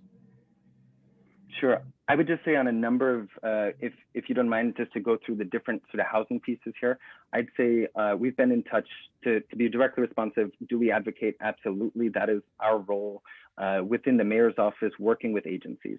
So we will frequently be in touch with HPD, with the mayor's public engagement unit and others to ensure that that outreach is there, that the messaging is clear, that we're able to sort of aggregate a lot of that messaging and put it out there for communities in the languages that they speak directly. So we've been in touch with HPD throughout the pandemic to talk about how, particularly for undocumented New Yorkers, but also especially seniors, can access, Housing Connect and other areas, trying to make sure that we're not, sort of solely relying on tech in order to solve these problems. Aside from that, a lot of the work that we've done really has been around making sure that people who are eligible for resources from the city, say it's a one-shot deal from HRA or privately through the FASN program, are able to connect with those resources and get direct access in the languages that they speak. Let's talk about food security. And this is something that's plaguing so many New Yorkers right now. But when we're pulling out older immigrant New Yorkers, we also know that cultural relevant food is important as well. And that continues to be a very specific problem that creates more issues in this pandemic. What's Moya done to prioritize this kind of food access, culturally responsive food to our immigrant communities? And what has DFTA done to do that? Great question, absolutely. And I just want to say that culturally competent food is, especially critical for seniors. We know this. This is an area where my team has worked directly with the Get Food program. Both, when issues started coming up in terms of the lack of cultural competency, we did a lot of intentional outreach to make sure that the RFPs got to vendors who can serve immigrant communities culturally competent food. So we helped with that process. We also listed up community concerns from CBOs and individuals that we speak on a day-to-day basis about quality. Vendors have been fired. The program has made incredible strides and improved greatly. A lot of that's been because of a really close, sort of lockstep partnership with the Get Food team and making sure that we've been able to advocate internally for culturally competent food. A big part of that also, I would just say, is reporting and making sure communities know that when there are issues, there are ways to report them. Our staff takes these concerns extremely seriously. It's something that we hear every day when we speak to communities. And so on the Moya front, we've advocated internally with the Get Food team. We've been involved in the direct outreach to make sure that the RFPs went out far and wide, but especially we're reaching vendors who can supply culturally competent meals. We've lifted up community feedback to make sure that where there were issues that they got dealt with. And we're talking about food for our parents. We take this extremely seriously. So this is an area that I know the city has made a lot of progress on, and there's still a lot more to do. And I'll turn it over to the commissioner.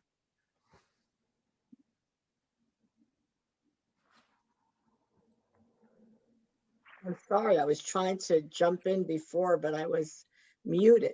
And what I want to just underscore that there are, on a day-to-day basis, Chairman Menchaca, the Moya team works with our, with the lion's share of our network of agencies to ensure that they have and we have our latest information, and have been working very closely with our Aging Connect hotline to make sure that we have the most accurate information as we're giving out. But you're absolutely right. The issues confronting the immigrant population are even more exacerbated in terms of the housing needs, the food insecurity. I would ask that you, for any of the culturally competent food, I know that Get Food has made some great strides, but I would ask that any questions about number of contractors and number of food and the distinction in those foods should be directed to Get Food. It was something that we worked closely with them. In terms of the older adult, we also given them a lot of guidance around the nutritional value of those foods and the kind of requirements that we had given the number of food that they were providing on a weekly basis. So, I mean, it's something that we've worked closely, but I think that they are best positioned to address those questions directly. Commissioner, are you measuring success or some kind of response as you move towards culturally responsive food to older immigrant New Yorkers? Is there a way that you're gauging a sense of, we're doing a good job and people are getting the food that they want and need and getting the nutrition that they need? Is that something that you're measuring in any way specifically for this the population? We measure it in two ways, right? Okay. We measure it in terms of number of meals served versus population. And so if we start seeing gaps, we redress. All right. So that's one way that we assess. I wouldn't call it a true measurement, but it's an assessment that we do. Another assessment that we do is we look for geographic service deserts. And all right, and how is it that we can then meet the demands of that? And we do that for all older New Yorkers. In particular, we're looking at that in communities of color, because that's where we see some of the biggest gaps, right? And the other way that we're measuring for the first time, and we think that we can reveal it soon, we'll unroll it. We started a year ago, a little over a year ago, a work group that was customer satisfaction. Because as you know, we all had, all senior centers had a suggestion box, and we used to laugh. And well, first you had to find the key to the suggestion box to see what the suggestions were. And so what we've been together with a lot of our network providers is started thinking about how is it that we can be like the hotel industry, like the hospitality industry, to get some real-time feedback from our customers, you know, this time being the older adults, and make sure that that is in language. And so it's one of the work groups that we have, and hopefully we will have a actual system that we could put in place. It's one of the legacy projects that I'm hoping we will see in the near future. Well, that sounds really great, and just curious about the disaggregating of data for older immigrant New Yorkers. Is that part of the way that you're designing? You know what? We didn't think of that. I thought of by ethnicity, culture, and language, but we could disaggregate it differently. No, we had not. But thank you for the suggestion. Thank you. And this is the power of this hearing in a lot of ways, to really ensure that some of the most vulnerable New Yorkers are not kind of lumped into a lot of these data points that I think we're just seeing over and over again. So thank you so much for that partnership on that. You know front. what? And I think that is an important part of this. And although we've gotten aggregate immigration data, I will go back to the team and start seeing how can we, in our own STAR system, can we put in immigration status? No, I don't want to do that. Status. Not status. Immigration, some kind of an indicator for immigration. All right, Yeah, no status. language. We don't do status. Trust me, I'm an anti-status person. Language, Other than my own status. origin. There's a lot of different ways, and so this is where we want to really work with you all to. So we welcome your input. All right, but it's a data point that we may look at that we don't currently collect. Thank you, Commissioner, for that. And I know I have seen a hand from Councilmember Ayala, and I'm going to take a break from my questions so that I can give her the opportunity before she may have to leave. Time starts now. Can you unmute me? Oh, thank you. There you go. So I had one of the things, and I'm sorry I missed it because I've been a little bit kind of preoccupied throughout the hearing, and I'm sorry because my computer's horrible, so the sound may not be the best quality. But one of the concerns that I've had in the last few years is really seeing the number of older adults who are undocumented, don't qualify for Medicaid, don't qualify for Medicare, and who are living at home with adult children who now have to work and are forced to leave parents at home that are suffering from the advanced dementia. And I haven't been able to identify a single program that specifically addresses that. And I think it's an issue in the immigrant community as parents continue to age, right, and are more and more dependent on family. If that family is not available, then it becomes a problem. And so I wonder, you don't even qualify for to live in an assisted living facility because those require some sort of medical insurance as well. So is there like an adult daycare program or model that maybe already exists, or is this a conversation that is being had? Because we're seeing this population continue to grow, and I don't know that we're ready to really help address. Well, no, I'm done. okay, great to see you. I have to tell you that I did not ask you to ask that question. All right. So one of the things that we are looking at really very closely and will be revealing hopefully in the very near future once we get some questions answered, is looking at this whole concept of community living, right, and community care. And the benefit that it would be for the department to look at that is because we do not have income requirements nor do we have status requirements for a lot of our services, whether it's home care, home delivered meals. And so one of the things that we're looking at is how is it, because right now we have a home care program, you have a case management program, you have a senior center, and what is the connective tissue between those? And we are working very closely with some of our providers and looking at, frankly, it came out of the thinking of the Center of the Future, because some of the restrictions and some of the silos are self-imposed. It's by funding source. And so what we're saying, let's take a leap. Let's start looking at ways that we can create connective tissue, regardless of funding stream, and come up with a continuum of care in the community. Because nursing homes are not the answer for everyone. And 90% of older New Yorkers want to live in their home and in their community. So why is it that we cannot structurally do that so that we can have a continuum of care?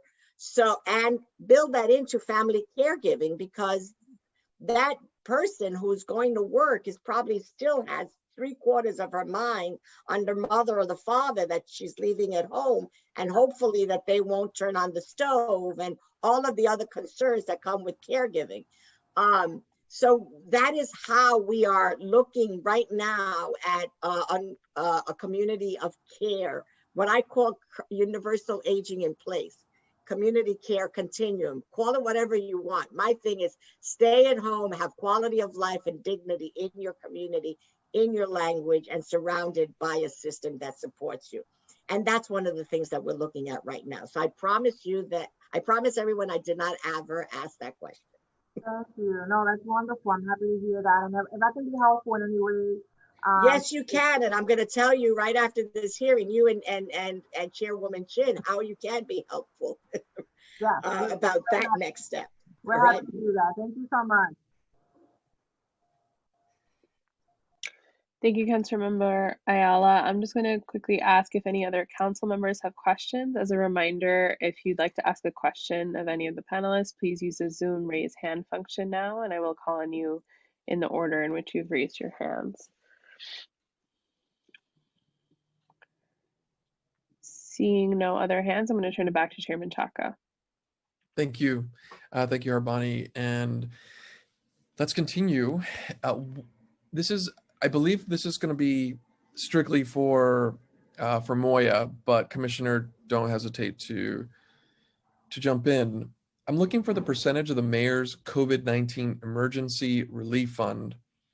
and what was allocated specifically to older immigrant adults?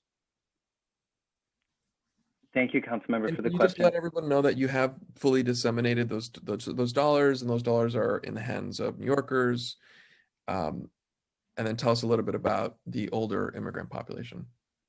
Yeah, so thank you, Councilmember, for the question. So what I can tell you is that we collected information on the total number of people in each household who are 65 plus. That's what providers reported back to Moya and to the Open Society Foundation. The number was about 2,330 total number of seniors who sort of benefited either directly or as part of that through the OSF funds. Those funds certainly have been distributed and are no longer continuing. So, you know, that's where that is now in terms of who was reached from the senior population. And that was, you said 200? 2,330 was the total number. Total number 2,300 and change, and 200 of those were older immigrant adults. How many of them were older immigrant adults? 2,330 were older immigrant adults. And then what was the total amount of New Yorkers served? The total number of New Yorkers served, it is in my notes, give me one quick moment. It is in the 76,000, and I'm looking for the second part of that figure, but I know it's 76,000. I can confidently tell you that now. Okay, thank you for that.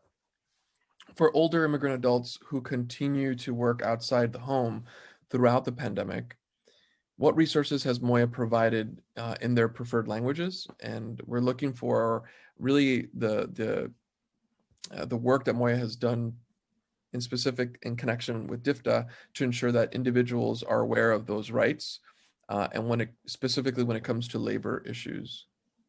Mm-hmm.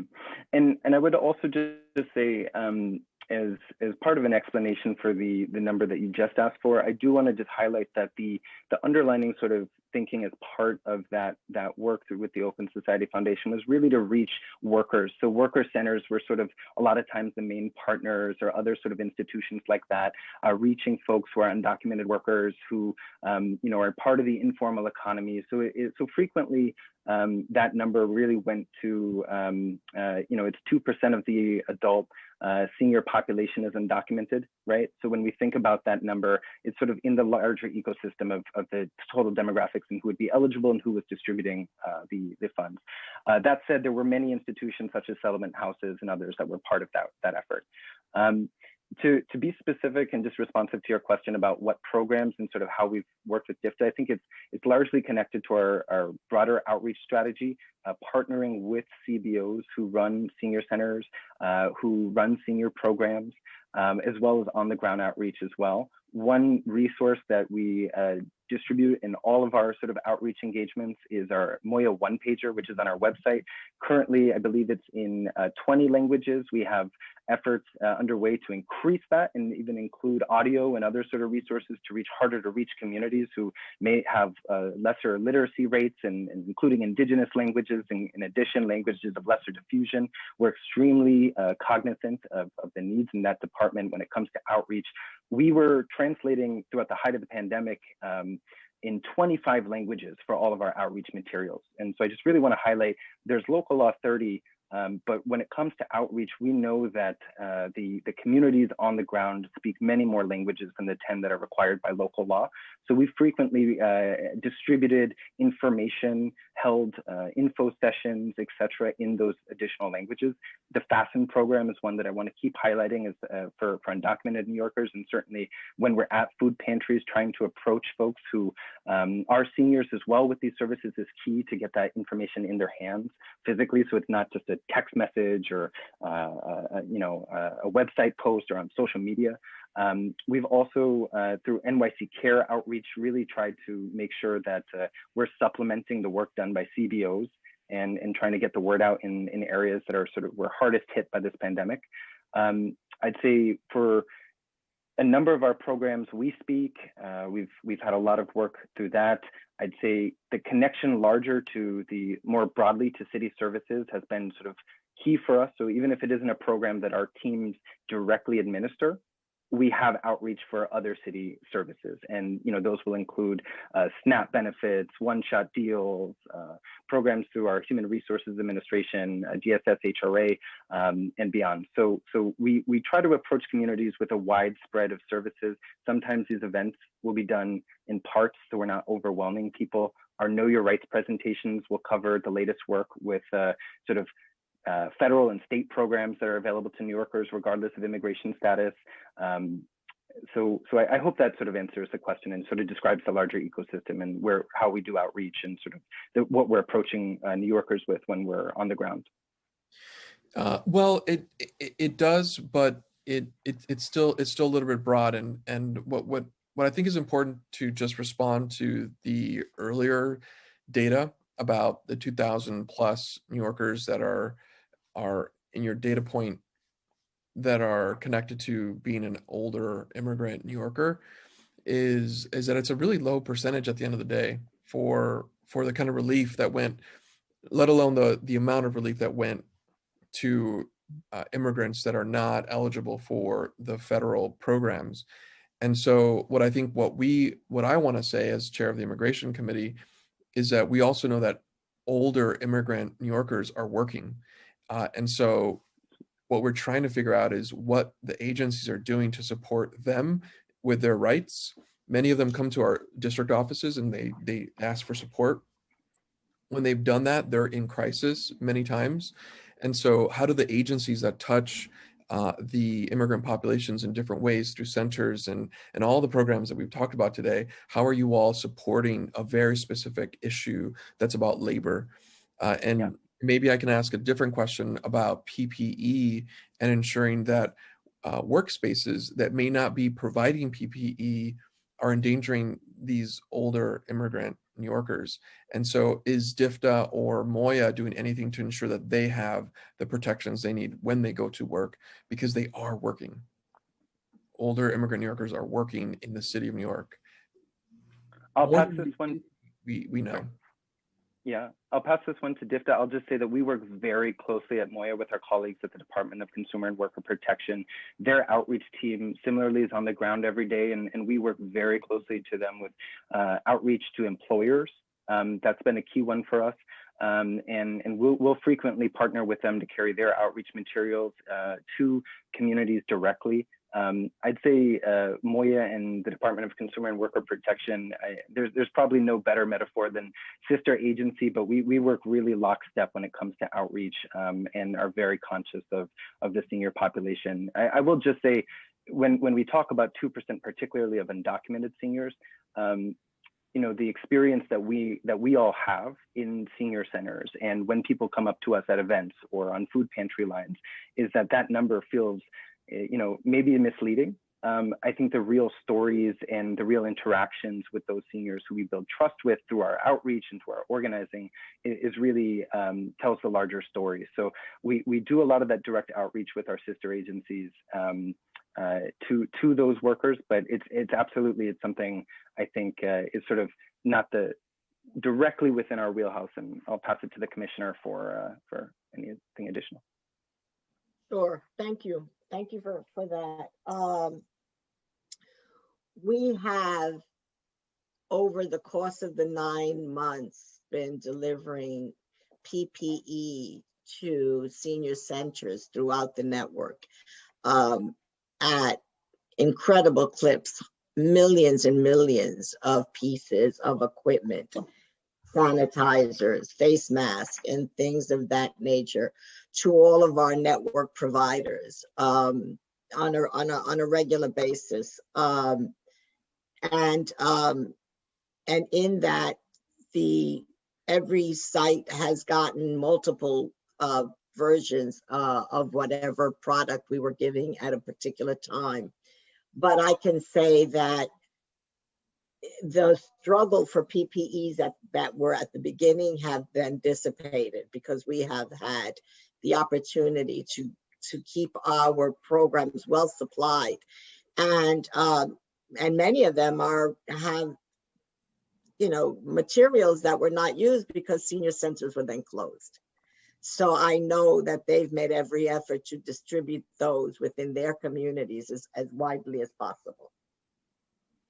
Okay, I'm seeing a gap in understanding here. It's and I'm going to keep coming back to this because I think this is the problem that we wanted to highlight today, is that when we want to talk about seniors or immigrants, what we're really talking about are senior immigrants and trying to figure out those issues and a very specific measurement of how we're connecting to them. And on the labor issue and the PPE, I am not going to be okay with just giving senior centers PPE. What we need to do is figure out how to really isolate that or disaggregate that population and ensure that they have what they need to go to work, because they have to go to work, they have to pay their bills, and that's what we're looking for right now. So that's no, and you're right. I can tell you that the Department for the Aging, we did not do that because, one, we don't have an older worker program, and we have been looking at it as a totality, right? And so in that sense, you're absolutely correct. And obviously immigrant workers, whether they're older or not, are not one of our wheelhouses. So it's one of the things that we will look with Moya and see how we can support their efforts to make sure that the respective agencies or operations that work with immigrant workers, and particularly those that are older, that we can have some kind of collaboration. I mean, And what I'll I just add, sorry, go ahead. Go ahead, Nick. Sorry. Go ahead. Oh, thank you, Councilmember. I would just add, just for awareness here, I think that on PPE distribution, just as Moya specifically, we've really tried to fill gaps. And so just to give a few examples of what that might look like. So we know, for example, there are senior programs that don't work with DFTA. I can name a few in Queens, for example, say the Himalayan Elders Project, or in Richmond Hill, there's been a number of them that we've sort of worked with who, maybe operate out of a house of worship, or, who aren't necessarily, who are newer in nature and in their work and haven't had contracts with the city before. We've really tried to identify those for PPE distribution as well, just intentionally trying to reach out to those. And also throughout the pandemic have been providing PPE to immigrants serving CBOs, sort of regardless of who they work for. But I think what you're highlighting is obviously very valuable. And so as part of that, that's the work that we've been doing, is identifying where some of those gaps might be, but certainly want to think more deeply about how we can be more systematic about targeting that to the populations you're speaking, and working with our sister agencies to do that. Well, and I'm going to offer an idea and a space to do some co-organizing and co-governing with, and that's our deliveristas that are across multiple immigrant communities who are delivering food and who are asking for justice right now. And I've been organizing with them to really understand what's the need. And so many of these issues are connected to the questions that I've asked you today about seniors working on an e-bike, delivering. They are working and they are immigrant and they are older adults in the city of New York, and they're asking for PPE. And they're asking for understanding their rights, and they're asking for a regulation around their apps. And so we're working on that. And so I'm hoping you can help to ensure that the council does this as quickly as possible, because if we don't have the administration on board, it makes it harder. Not impossible. We'll do it if we have to, but it makes it harder. And so this is the opportunity, I think, that we wanted to take in this hearing to highlight the population, focus, and create data points so that we can measure our success.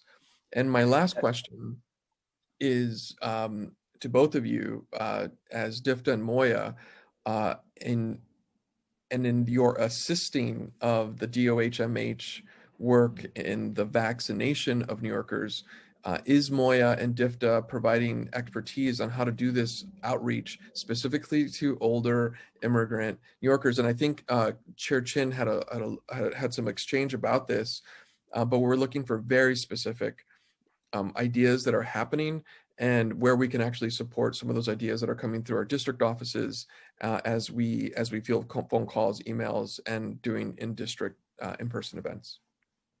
So I will start by saying that we work closely, very closely, with the vaccine on cultural competence, language access, wheelchair access, all kind of accessibilities when it comes to older New Yorkers.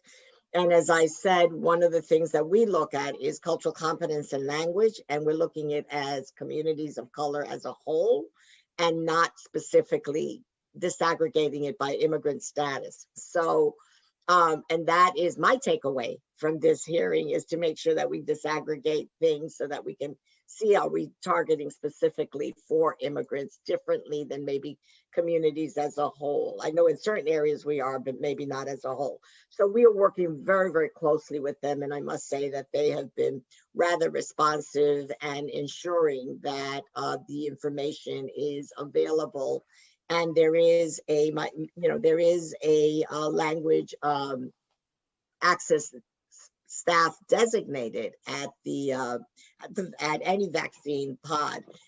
But as everything, things happen, and should there be any gaps that you know of, please let us know, and let the Vaccine Command Center staff know, because everyone's committed to making sure that no New Yorker is left behind or marginalized because of language or culture. Nick, I'll turn it over to you. It's a great question. I also want to circle back to your earlier point and offer Councilmember Chairman Chaka. No one has been a greater advocate on this issue than you. And we absolutely look forward to the opportunity to partner to reach additional delivery workers. I'd say with PPE and our Know Your Rights presentations, we've definitely done a lot of work in this area, including delivering PPE to e-bike shops and to worker centers, et cetera. But certainly this is an area where we care passionately about our immigrant workers, our delivery workers who are seniors and beyond. So certainly we'll be in touch, and would love to partner, and love the opportunity to partner with you to reach more people. We're really pleased that the focus of the city field operation is going to be for delivery workers and target populations.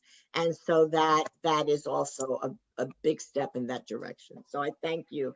I thank you for that, for your persistence in this. And, this has been a lifelong mission for me. So I welcome every ally that we can in this conversation. Mine has not been immigrants as much as language and culture, and it's evolved over time. So thank you. Well, thank you both. And please send my regards to Commissioner Mustafi from Moya. And we look forward to following up on the questions about the data points.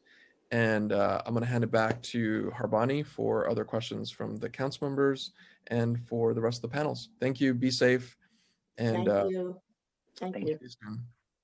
Thank you, Chair. I'm now going to turn it back to Chair Chin for additional questions. Yeah, thank you. A couple of other questions is that when we're talking about older workers, I just want to make sure that we don't forget the home health aide, the home attendant, the one that or the caregiver that's taking care of our senior.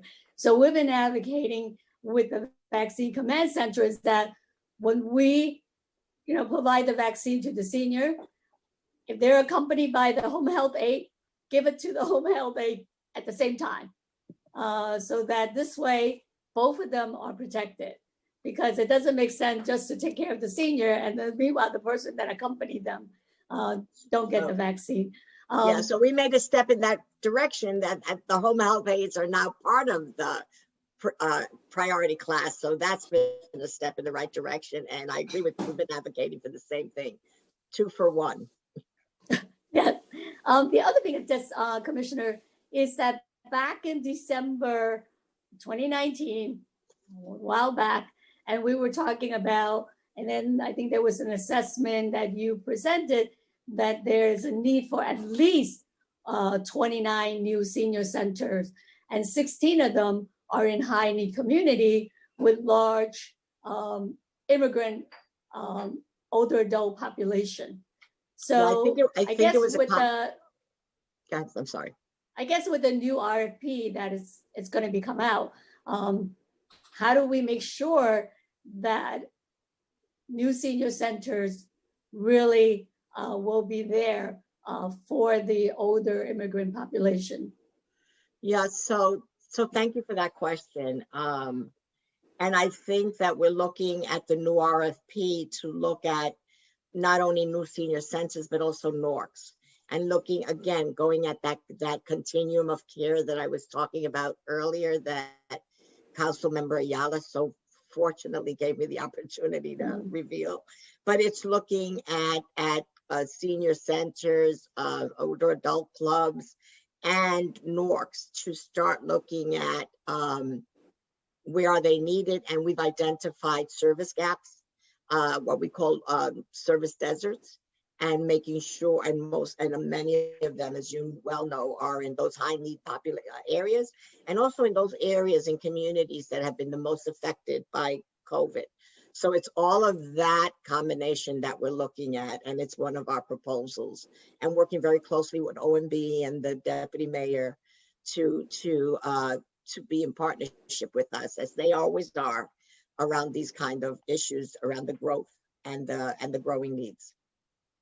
I mean, that's why the senior centers, I mean, right now they're not open, but even when they were open, a lot of them could be utilized on the weekend, in the evening. It's a great resource.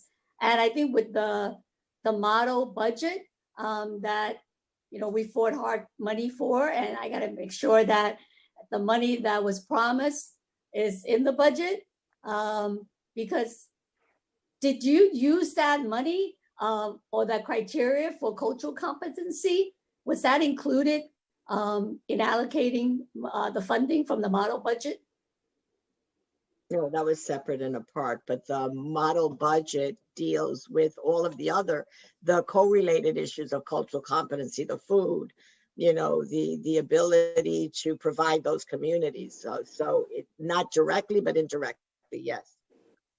But the 5 million was in the budget, and we've been addressing some of the emergency needs through some of the original care package that the Department of the Aging received. I'm sorry.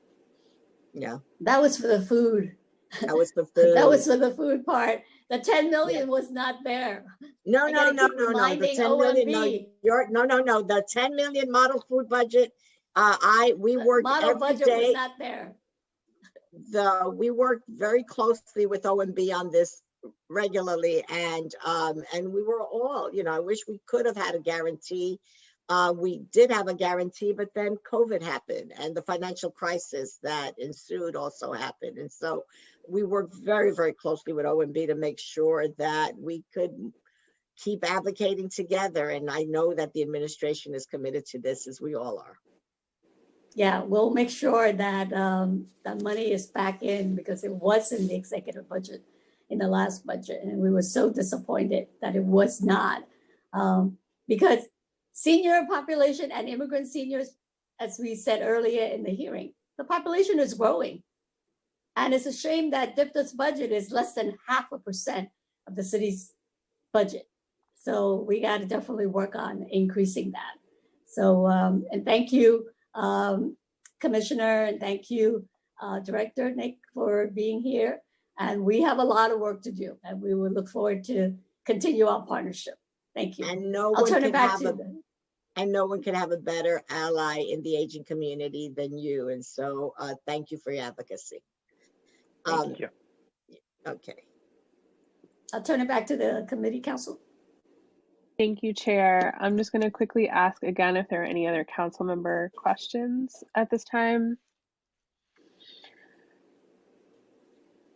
Seeing no hands, I'm going to thank the administration for their testimony, and we will now be moving on to public testimony. I'd like to remind everyone that we will be calling on individuals one by one to testify, and each panelist will be given 3 minutes to speak. For panelists, after I call your name, a member of our staff will unmute you. There may be a few seconds of delay before you are unmuted, so we thank you in advance for your patience. Please wait a brief moment for the Sergeant at Arms to announce that you may begin before starting your testimony. Council members who have questions for a particular panelist should use the raise hand function in Zoom, and I will call on you after the panel has completed their testimony in the order in which you have raised your hand. I would now like to welcome our first panel In order, I will be calling on Christian Gonzalez Rivera, followed by Kevin Jones, followed by Nicole Rojas, followed by Janet Perez, followed by Joanne Yu. Christian Gonzalez Rivera, you may begin your testimony when you are ready. Time starts now. Hi, everybody. My name is Christian Gonzalez Rivera, and I'm the Director of Strategic Policy Initiatives at the Brookdale Center for Healthy Aging.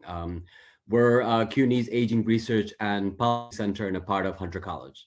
So first of all, thank you, Chair Chin and Chairman Chaka, and of course, members of the committees for holding this hearing to draw attention to the, as Chairman Chaka keeps saying, the specific needs of the now 51% of older New Yorkers who are immigrants. So immigrants are now the majority. So this is extremely important to focus on this population. And also, as you pointed out in your opening statements, older immigrants compared to US born older adults on average are more likely to have lower incomes, face language and cultural barriers, and have lower levels of formal education. But in this testimony, I'd like to specifically draw the council's attention to a problem that's been particularly salient during this pandemic. And that is that lower income immigrants with less than a high school education are the largest group of New Yorkers that do not have access to the internet at home. They are the largest single group of people. And this is information that that's drawn from a report that we published 2 weeks ago. As Chair Chin and members of the Aging Committee may recall, we presented this 2 weeks ago, on the day that it was released. So in brief, out of the 1.7 million New Yorkers age 60 and above, 1 out of every 3 does not have internet access at home. That's 474,000 people. And having lower levels of formal education was one of the biggest predictors of lacking home internet access. And many of these are immigrants. Fully 62% of unconnected older New Yorkers with less than a high school degree are foreign born. 62% are foreign born. And this alone is about 120,000 people. The vast majority of these have limited proficiency in English. Half of them are Spanish speakers. 18% speak various Chinese languages. 11% speak Russian, and the remainder speak other languages. That means that bridging the digital divide for older New Yorkers cannot be done without a strategy to reach older immigrants, especially those whose primary language is not English. Thousands of immigrants without meaningful access to the internet have become dependent on others to meet basic needs. And senior centers can be important tech ambassadors to older New Yorkers, but the capacity to do so is really uneven across the aging services system. Because providers, because of lack of funds, it's like I've largely had to fend for themselves when it comes to technology access. And so investing in building that capacity should be an important priority for the council and the administration. And not only for the Aging Services Network, but also for organizations such as museums, theaters, public libraries, who can also be effective tech ambassadors to older adults if they have that kind of specialized investment in reaching older adults in particular. Time expired. So just one quick last thing. It's like, for instance, immigrant-run cultural institutions are probably producing content and programming that could be of interest to older immigrants, but they may just not be reaching out to older adults as an audience or making the programming accessible to them. So that's why, it's like, not only do we need investment in organizations becoming tech ambassadors within the Aging Services Network, but more generally, so that older adults can have access to the full gamut of services available throughout the city. So thank you very much for the opportunity to testify. And of course, we always remain available to you as you think about how New York City can be an even better place to grow older. Thank you. Thank you for your testimony. I'd like to now welcome Kevin Jones to testify. You may begin when you are ready. Time starts now. Good afternoon, Chairs Chin and Menchaca and members of the Committees on Aging and Immigration. My name is Kevin Jones. I'm the Associate State Director of Advocacy at AARP New York, which represents 750,000 members of the 50+ community in New York City. Thanks for taking the time or for providing me with the opportunity to testify today about the challenges that older adult immigrants currently face in New York City, particularly amid the COVID-19 pandemic. Over the course of the past decade, New York City's population of older adults has continued to make up a greater share of the city's total population, and immigrants ages 65 and older have driven much of the total growth of the city's older adult population. Soon, more than half of New York City residents above the age of 65 will be immigrants. As older immigrants account for a growing share of New York City's population, studies have found that a total number of individuals living in poverty continues to steadily increase. The growing rate of poverty among older adult immigrants in New York City should be of special concern for the city, as a significant portion of those living in poverty do not have sufficient retirement incomes to cover their expenses, do not qualify for Social Security benefits, lack sufficient access to affordable loans and banking, and are disproportionately cost burdened by their housing expenses. Despite the issues that already existed for older adult immigrants in New York City prior to the pandemic, the onset of COVID-19 has also brought about unprecedented challenges for this population. Throughout this crisis, we have heard from our partners about how language barriers have made it much more difficult for older adult immigrants to access city social services, such as homebound delivery meal programs, as well as some of the difficulties in navigating the 311 system for additional support services and public health information on the virus. In addition, we have heard that many older adults, particularly in the Asian community, have often been afraid to leave their homes due to the rise of hate crimes targeting Asian populations.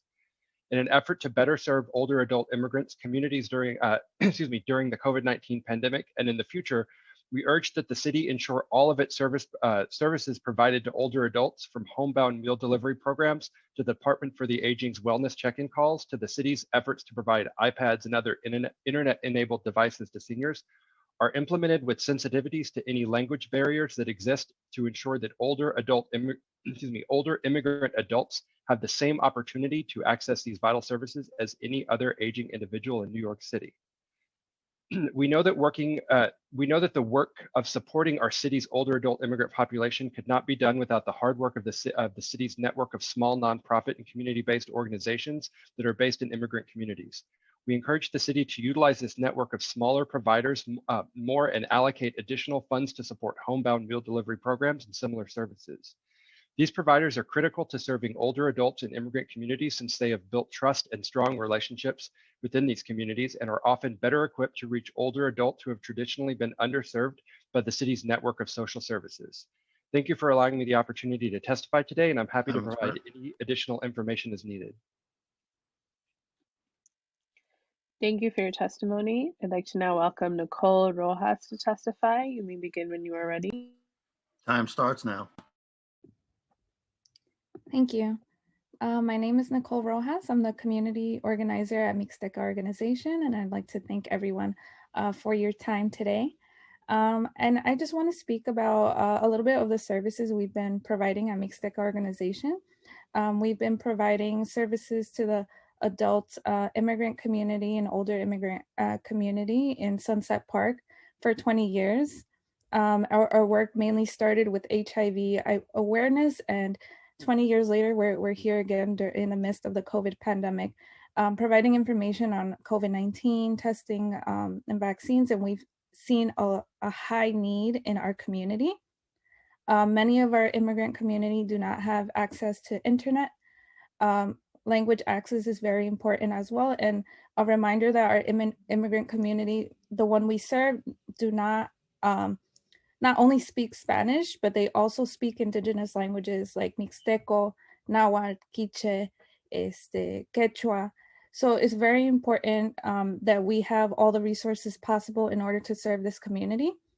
Also, in the midst of a new administration, providing hope for a pathway to citizenship, our older immigrant community is vulnerable to a lot of scams and fraud.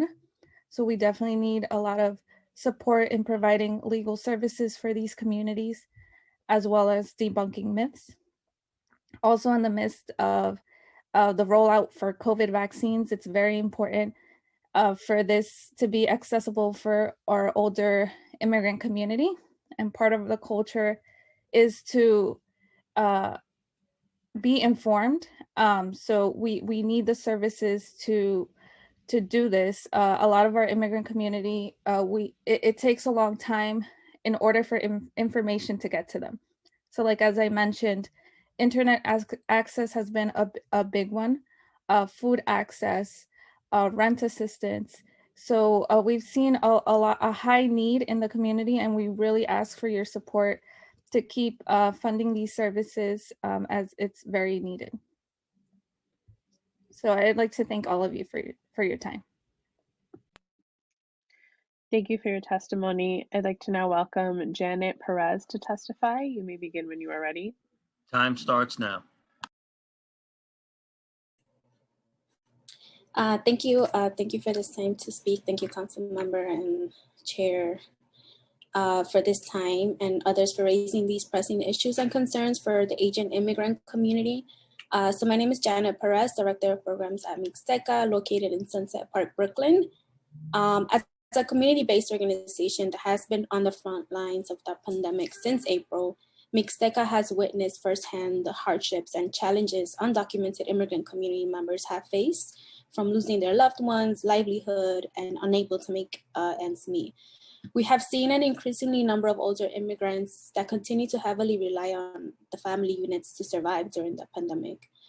We would like to highlight that in order to support the Asian immigrant community, it is equally important to provide support to the caregivers as well, who are also included or excluded from any relief benefits due to status.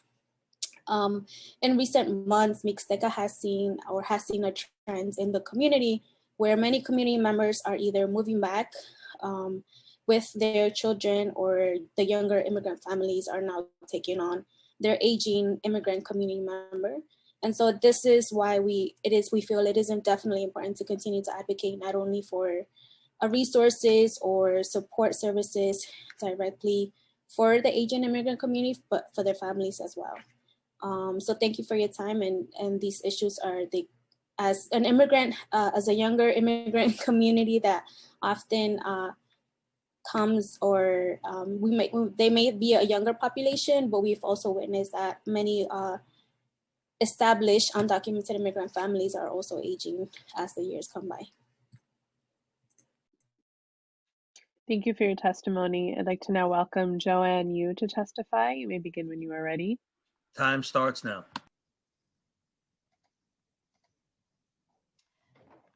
Good afternoon. Thank you for allowing me to testify today. My name is Joanne Yu, and I'm the Executive Director of the Asian American Federation.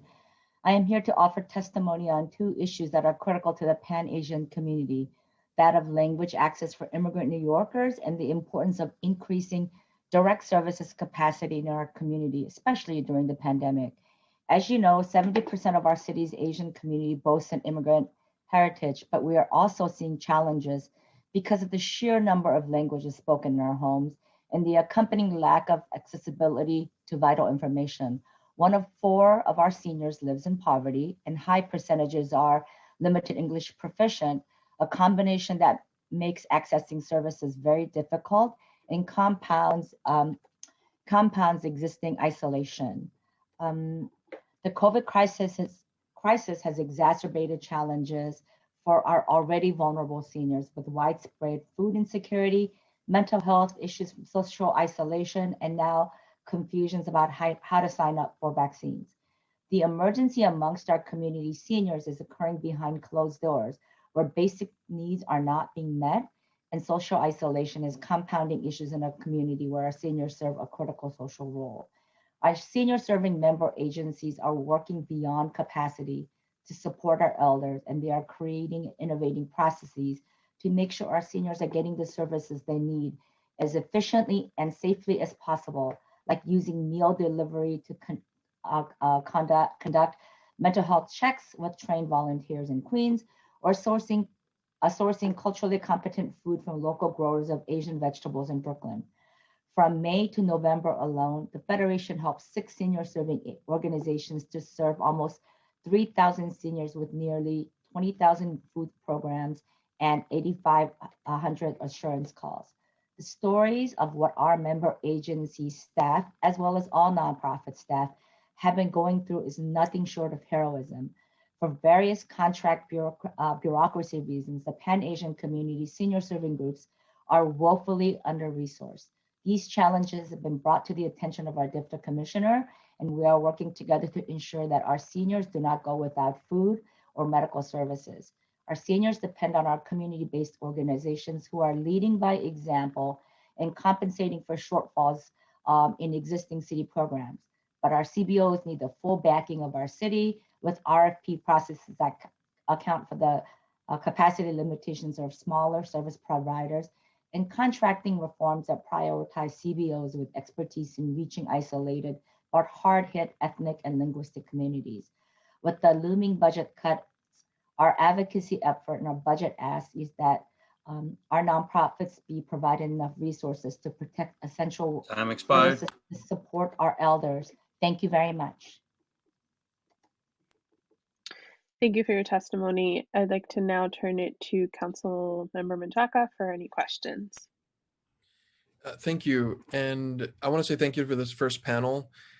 All of you represent some of the more critical infrastructure that's on the ground. And so I want to focus my questions on really connecting to what I was trying to get out of the Q&A part, which is the interactions between DFTA and Moya as it pertains to supporting you all.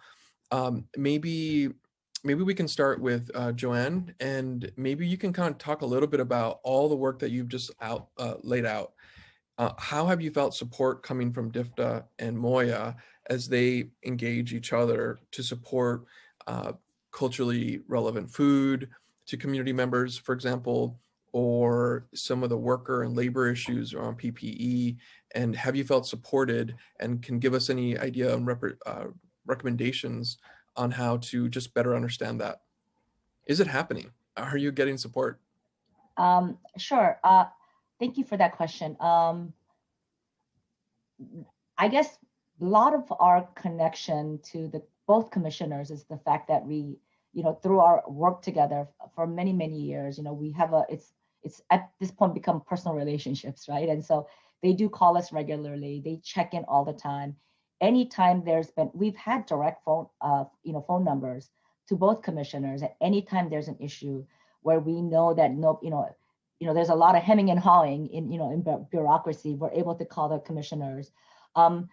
Moya has included us in part of the OSF funding, and we were able to get the funding out. A lot of it actually in your district, Councilmember Menchaca, and we're really proud of that. We worked with a lot of our member agencies who normally wouldn't be able to access some of the fundings like that to be able to get services out. With the DFTA commissioner, we were at the height of sitting and working through the RFP process and talking about how do we really talk about contract reform so that way it's fair for the smaller nonprofits that serve the Asian American community. And then COVID hit. And so I think we were just slammed and we were pretty stymied, but I know that those conversations are happening again. In fact, I have a meeting with them this afternoon. But I think we do talk to them regularly. They do understand. I think, the Commissioner Cortez Vasquez comes from our side of the world, right? She used to head the Spanish Federation, which is our sister organization. So even before I went in there and said, let me tell you what I'm seeing, she already knew, and we're already talking and we're already having plans. And I know that I know for a fact that there's been very robust conversation with our member agencies and DFTA because we're trying to get to the solution.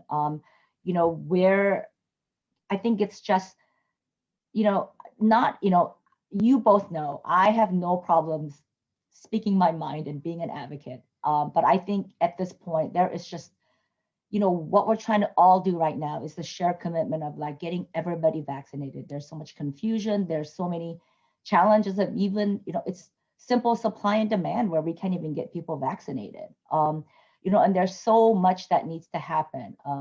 PPE, whenever I've asked for any, the city has always been able to step up. Test and Trace has been really great to respond to us. But the other reality is that a lot of our smaller organizations, a lot of our small businesses, a lot of the folks from our own community, the Pan-Asian community that could access PPE have been stepping up. And they're saying, I have 5,000 masks I'm flying in from, Korea, for instance, right?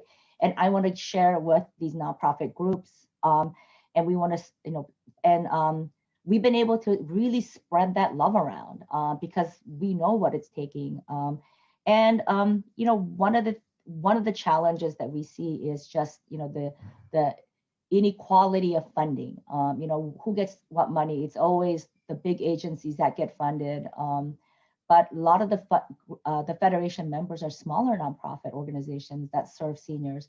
and those seniors need to be uplifted too. And so some of the stories that I've heard from our senior organizations, those stories I readily share with Councilmember Chin, about how senior serving organizations are no longer just senior serving. They're also having to do MWBE contract applications so that way the restaurants could feed the seniors.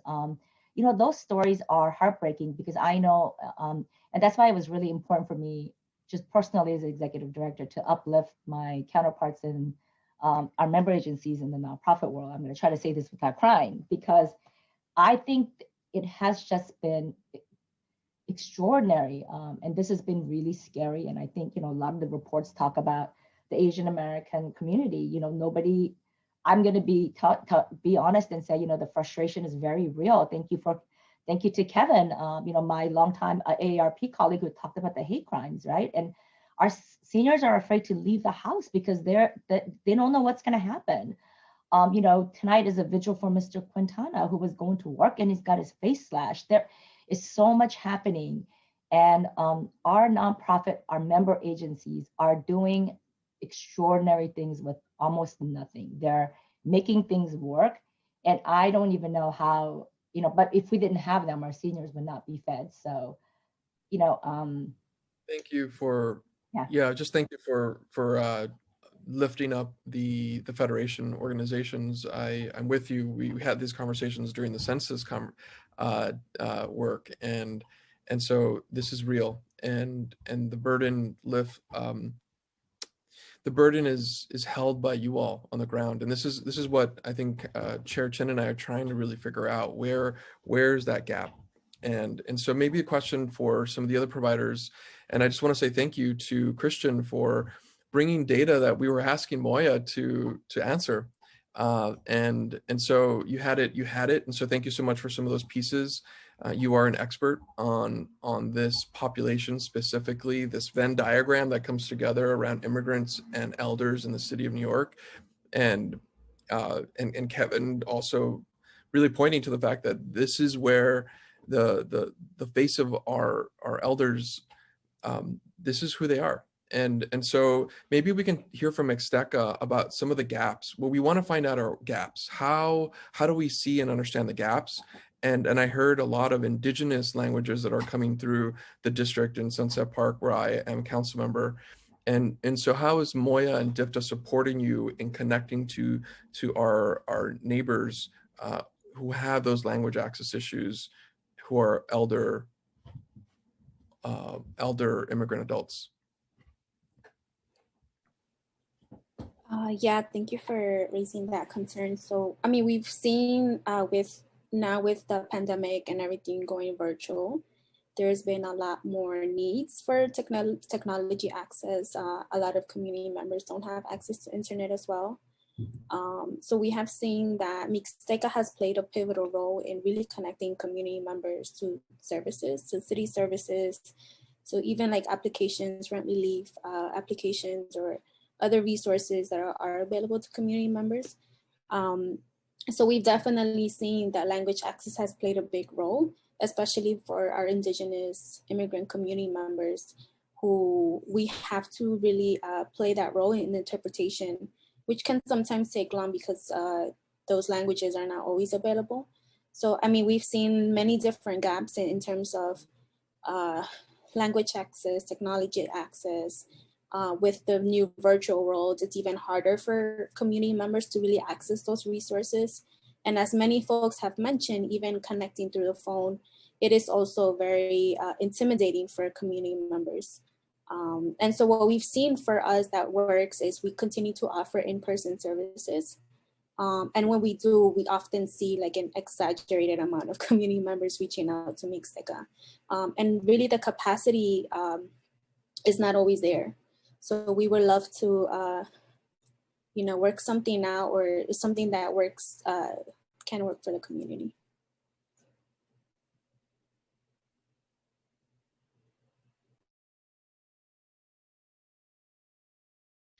I want to follow up with this question about how DFTA and Moya can support the work that you just described. and I'm talking about reaching more immigrant New Yorkers, elder immigrant New Yorkers. And so this is the opportunity to talk about some of that work so that the council can work through a budget or policy issue that we can change and make better. And I just want to ask if the DIFTA and Moya representative that are here, if you can say hi. I want to make sure that we still have DIFTA and Moya in the room. And because they need to be here listening to this. I just want to make sure that.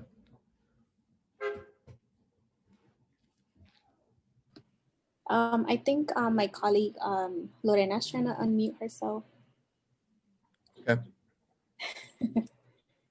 Whoever has access. And if I could just share quickly also,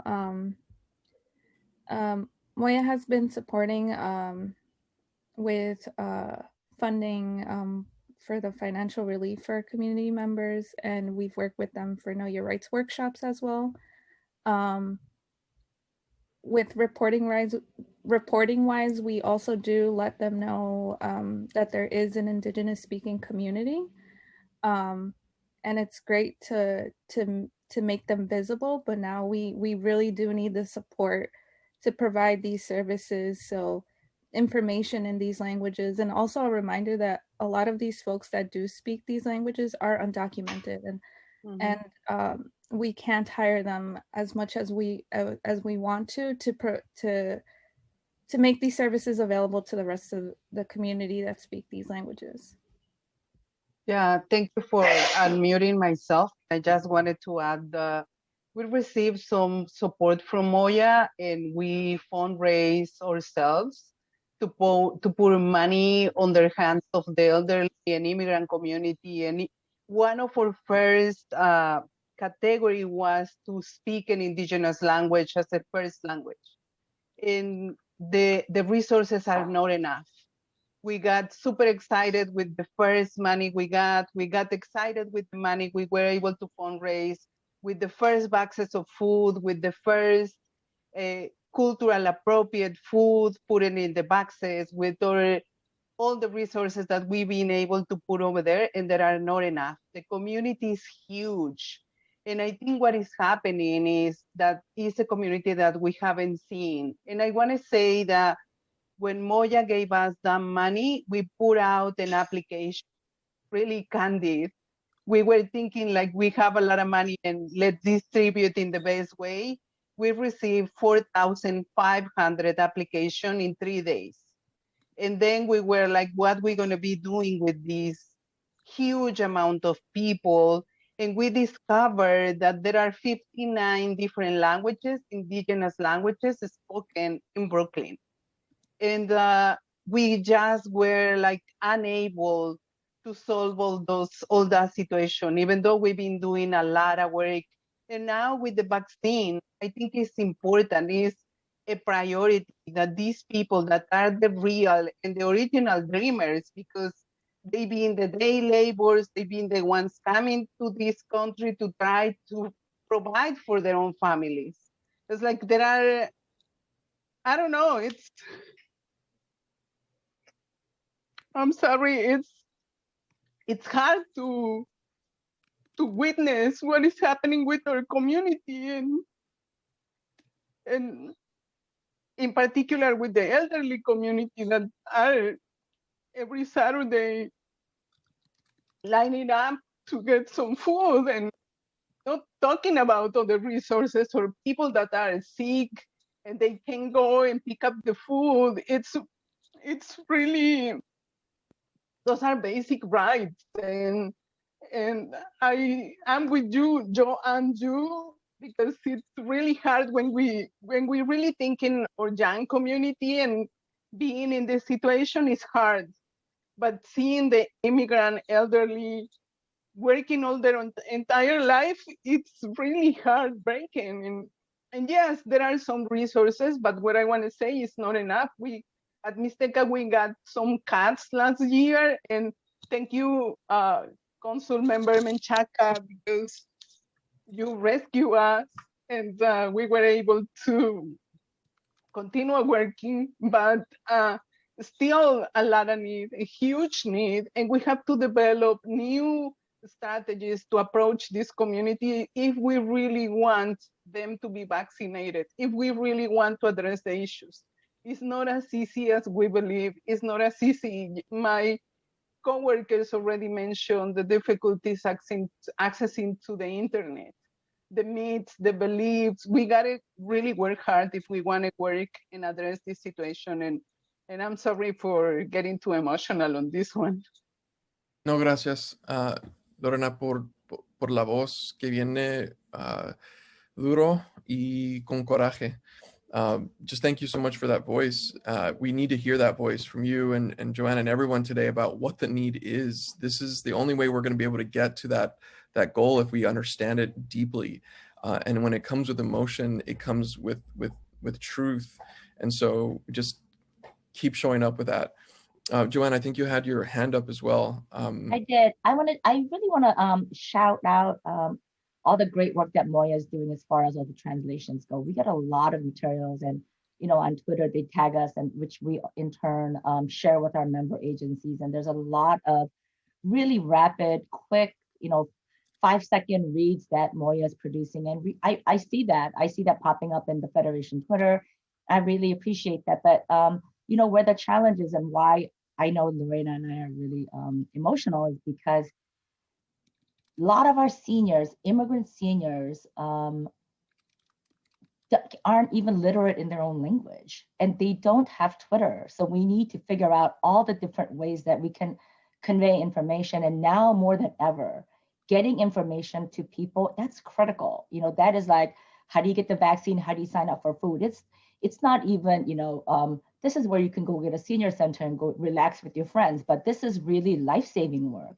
And this is why the nonprofits on the ground in every corner, explaining things and letting people drop by and talk to them, this is why our work is critical. And I think this is why Lorena and I are very emotional, because we know what it takes, and we know what it's doing to our field and our staff, because a lot of these folks, they don't even think about their own safety, because their own family safety, they're going out and trying the best they can. And the things that we're seeing, I mean, it's hell out here, and we really need the council to stand up for the nonprofit organizations.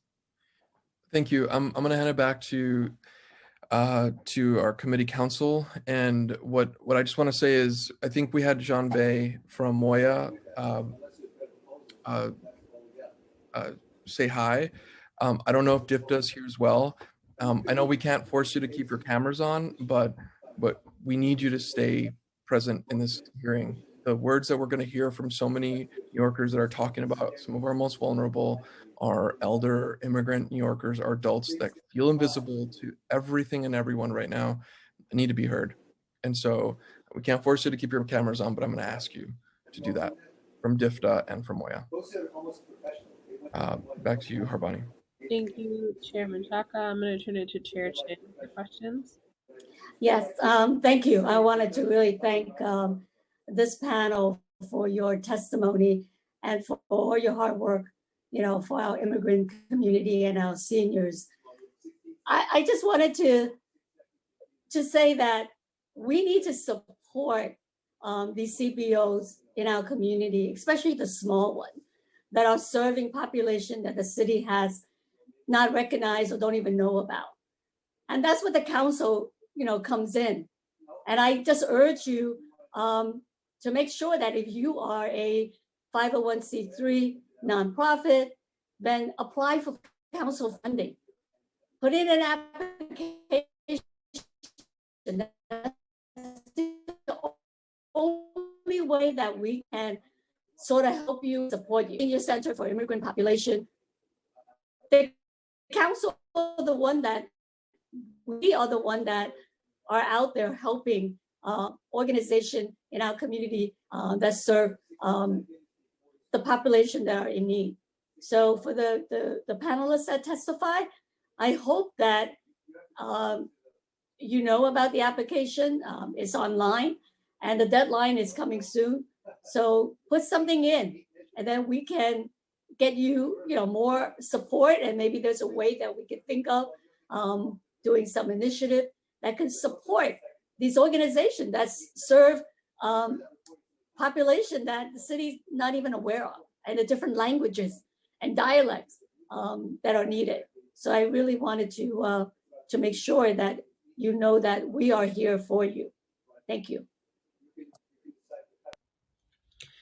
Thank you, Chair Chin. I'd like to now ask if there are any other council member questions. Seeing no hands, I'd like to thank this panel for their testimony, and we'll be moving on to our next panel. In order, I'll be calling Margaret Garrett, followed by Pia Scarfo, followed by Sharanya Pillai, followed by Felicia Singh, followed by Jasleen Gaur. Margaret Garrett, you may begin when you are ready. Time starts now.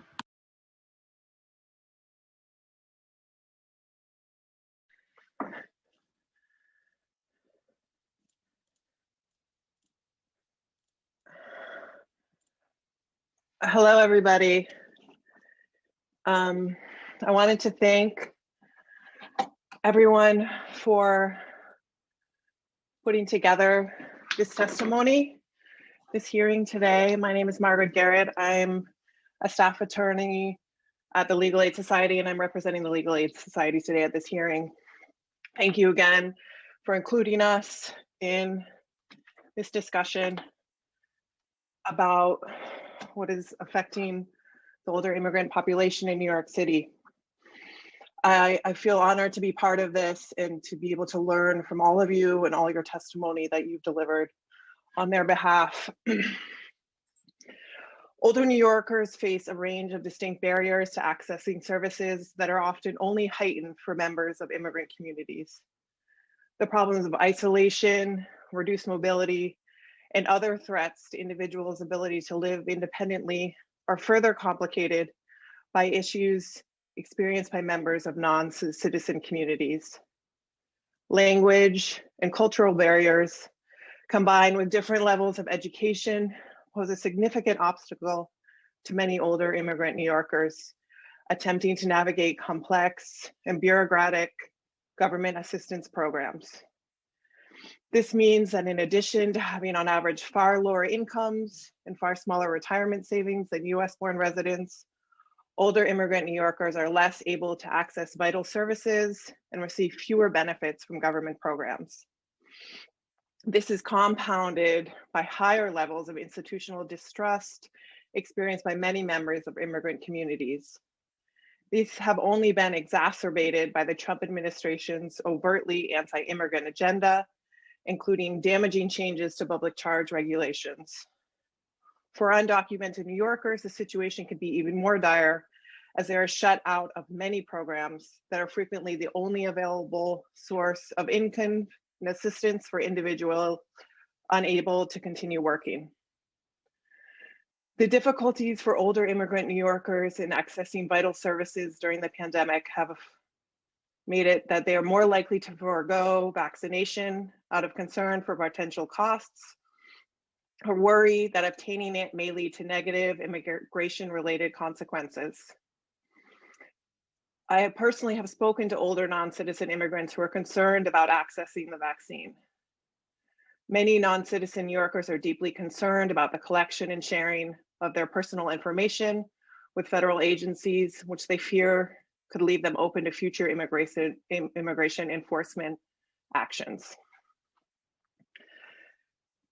These unique challenges facing vulnerable older immigrant New Yorkers across the city point to the need for dedicated services and outreach catering to these members of our community. Thank you to the city again for inviting us to speak on behalf of the Legal Aid Society. We look forward to future discussions. Thank you for your testimony. I'd like to now welcome Pia Scarfo to testify. You may begin when you are ready. Time starts now. Hi, good afternoon. Thank you so much, the Committee on Immigration and the Committee on Aging, to give us the opportunity to testify today.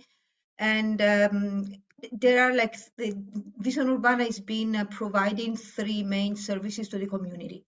So we're running a NORC program and the Senior Center for Immigrant Population. They're both based on discretionary funding. And I don't know if the commissioner is still with us, but what I would like to share with you is that Visión Urbana has not been included because based on discretionary funding on the weekly brief that the Department for the Aging has been giving. So we've been receiving information and updates from indirect sources. And now, thanks to our program officer from the NORC program and the Senior Center program, we are informed, but we're still not part of this briefing. So, Visión Urbana, as I said, we have a NORC program, we have a Senior Center for Immigrant Population, and we're also running a food pantry. So since the pandemic, we've been changing the way the services were provided. Our food pantry became an express food pantry. So we do home delivery to our community, to our seniors and immigrant population. Regarding the NORC program, we've been providing case assistance, case management, and health management over the phone or in a very restricted way in person when absolutely necessary.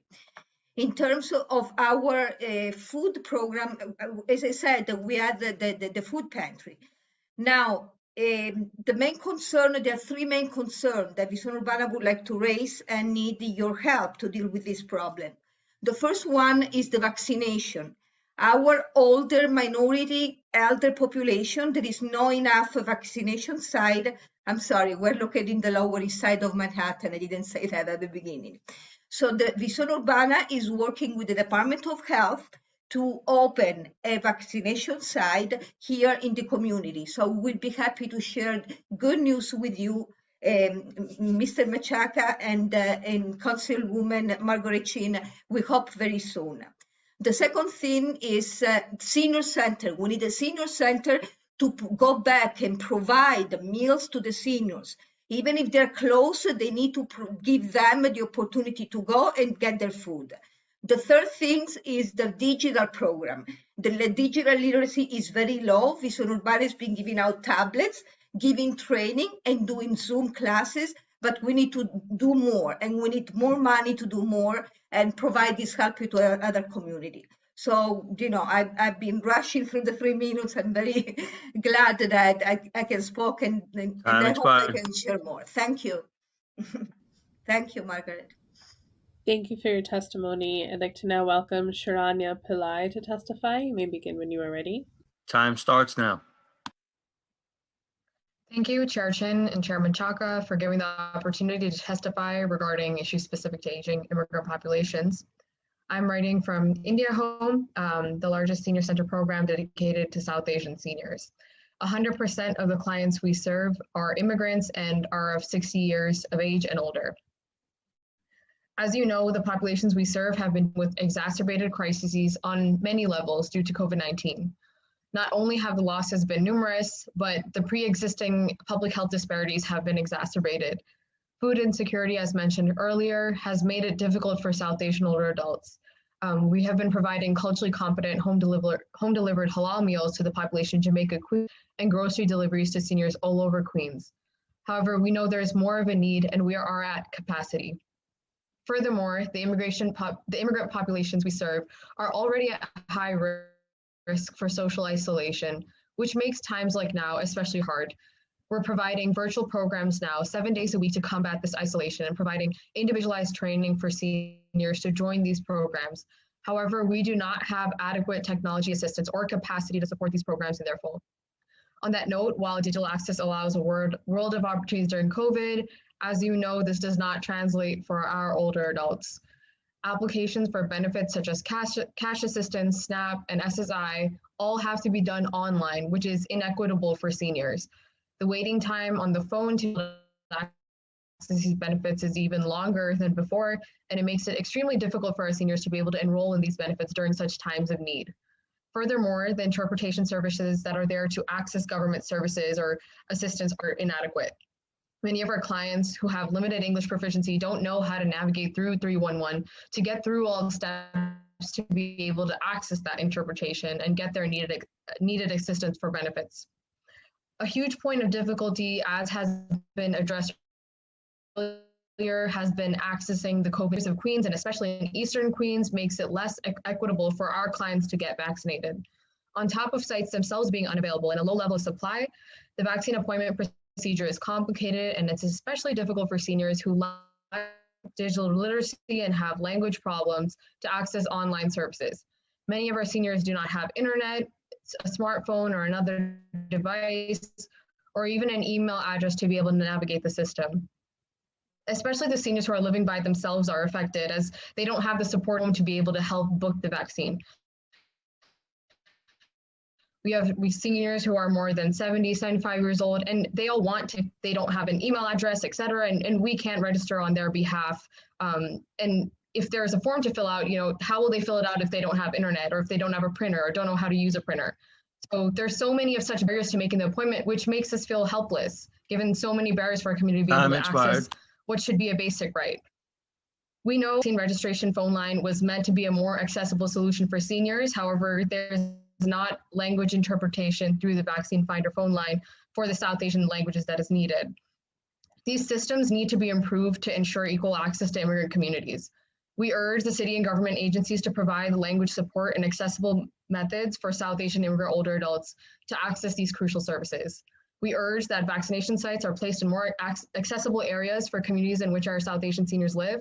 And we urge the support to increase the capacity of direct service organizations such as ours that will help bring our communities to a more equitable future. Thank you. Thank you for your testimony. I'd like to now welcome Felicia Singh to testify. You may begin when you are ready. Time starts now. The camera isn't on. Oh, she's ready. My name is Felicia Singh, and I'm a daughter of a taxi driver. He is an immigrant from Punjab, India, and he's 66 years old and still drives his taxi today because he's unable to retire.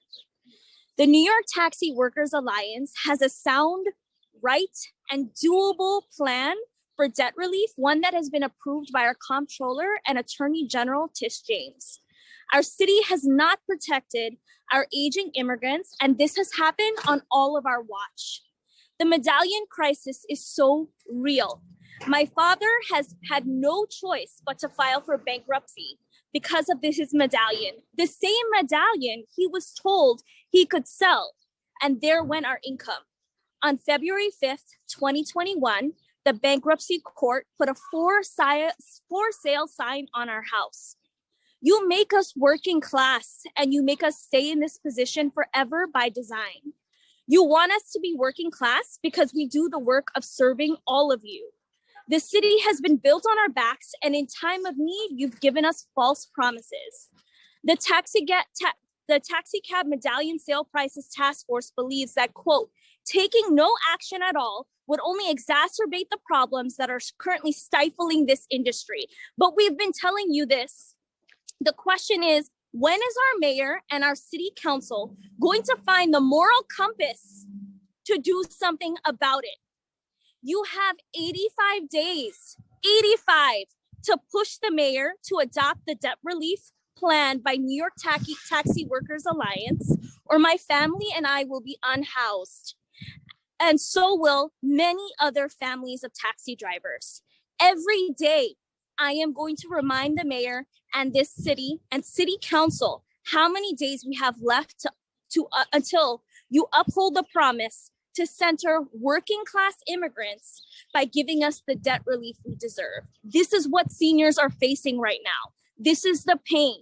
This is the intersectionality behind allowing predatory lenders to do this to seniors who now have to work for the rest of their lives in New York City to pay something they should have been able to retire on.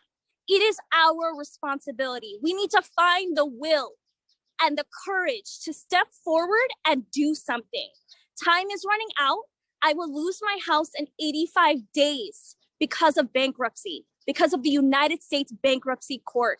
This is what's happening to our seniors. It is irresponsible, it is negligent, and you all are responsible for this. We need to take action now, and I will remind City Council every day that there's a plan that exists via the New York Taxi Workers Alliance, and there's a refusal to adopt it. Thank you. Time expired. Thank you for your testimony. I'd like to now welcome Jasleen Kaur to testify. You may begin when you are ready. Time starts now.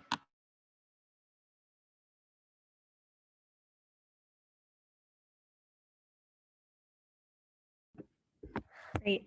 Good afternoon. My name is Jasleen Kaur, and thank you to everyone for hosting this really important session. And I'm here to testify as a lifetime Glen Oaks resident in East Queens, which is home to one of the largest senior populations in our entire city. I am here to testify on behalf of my father, Pratap Singh, who is 62 years old this year and has been a taxi driver and medallion owner for over 3 decades now, which for me is as a 24-year-old means that I have seen my father wake up at 4 a.m. for my entire life for 16-hour shifts for nearly as long as I have been alive. That also means that I have intimately known the medallion crisis for 7 years without an end in sight. Today, I spent my morning alongside Felicia Singh, who just spoke before me, and the New York Taxi Workers Alliance, with organizers who have spent these years demanding that our mayor bail out the workers who have kept our city moving. And that is what's at the crux of my testimony today, as our city has categorically failed to address the taxi medallion debt crisis. Among them were people who look just like my father, older immigrants speaking a number of languages, people who have lost their loved ones to suicide. My father immigrated to New York with the understanding that owning your own yellow cab was akin to striking gold. But what he, my family, and thousands of workers across our city understand now is that we have struck deep misfortune instead.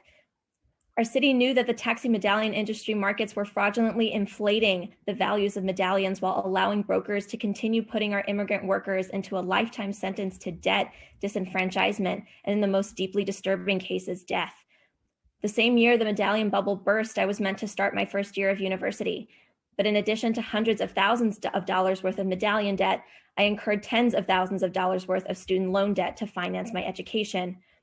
The city promised people like my father a pathway to put a mortgage on a home and to send their kids to great schools.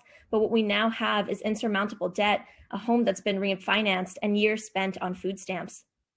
Our city is complicit in predatory lending and the manufactured negligence of immigrants who are now in their senior years, living even more precarious lives than when they first arrived here in New York City.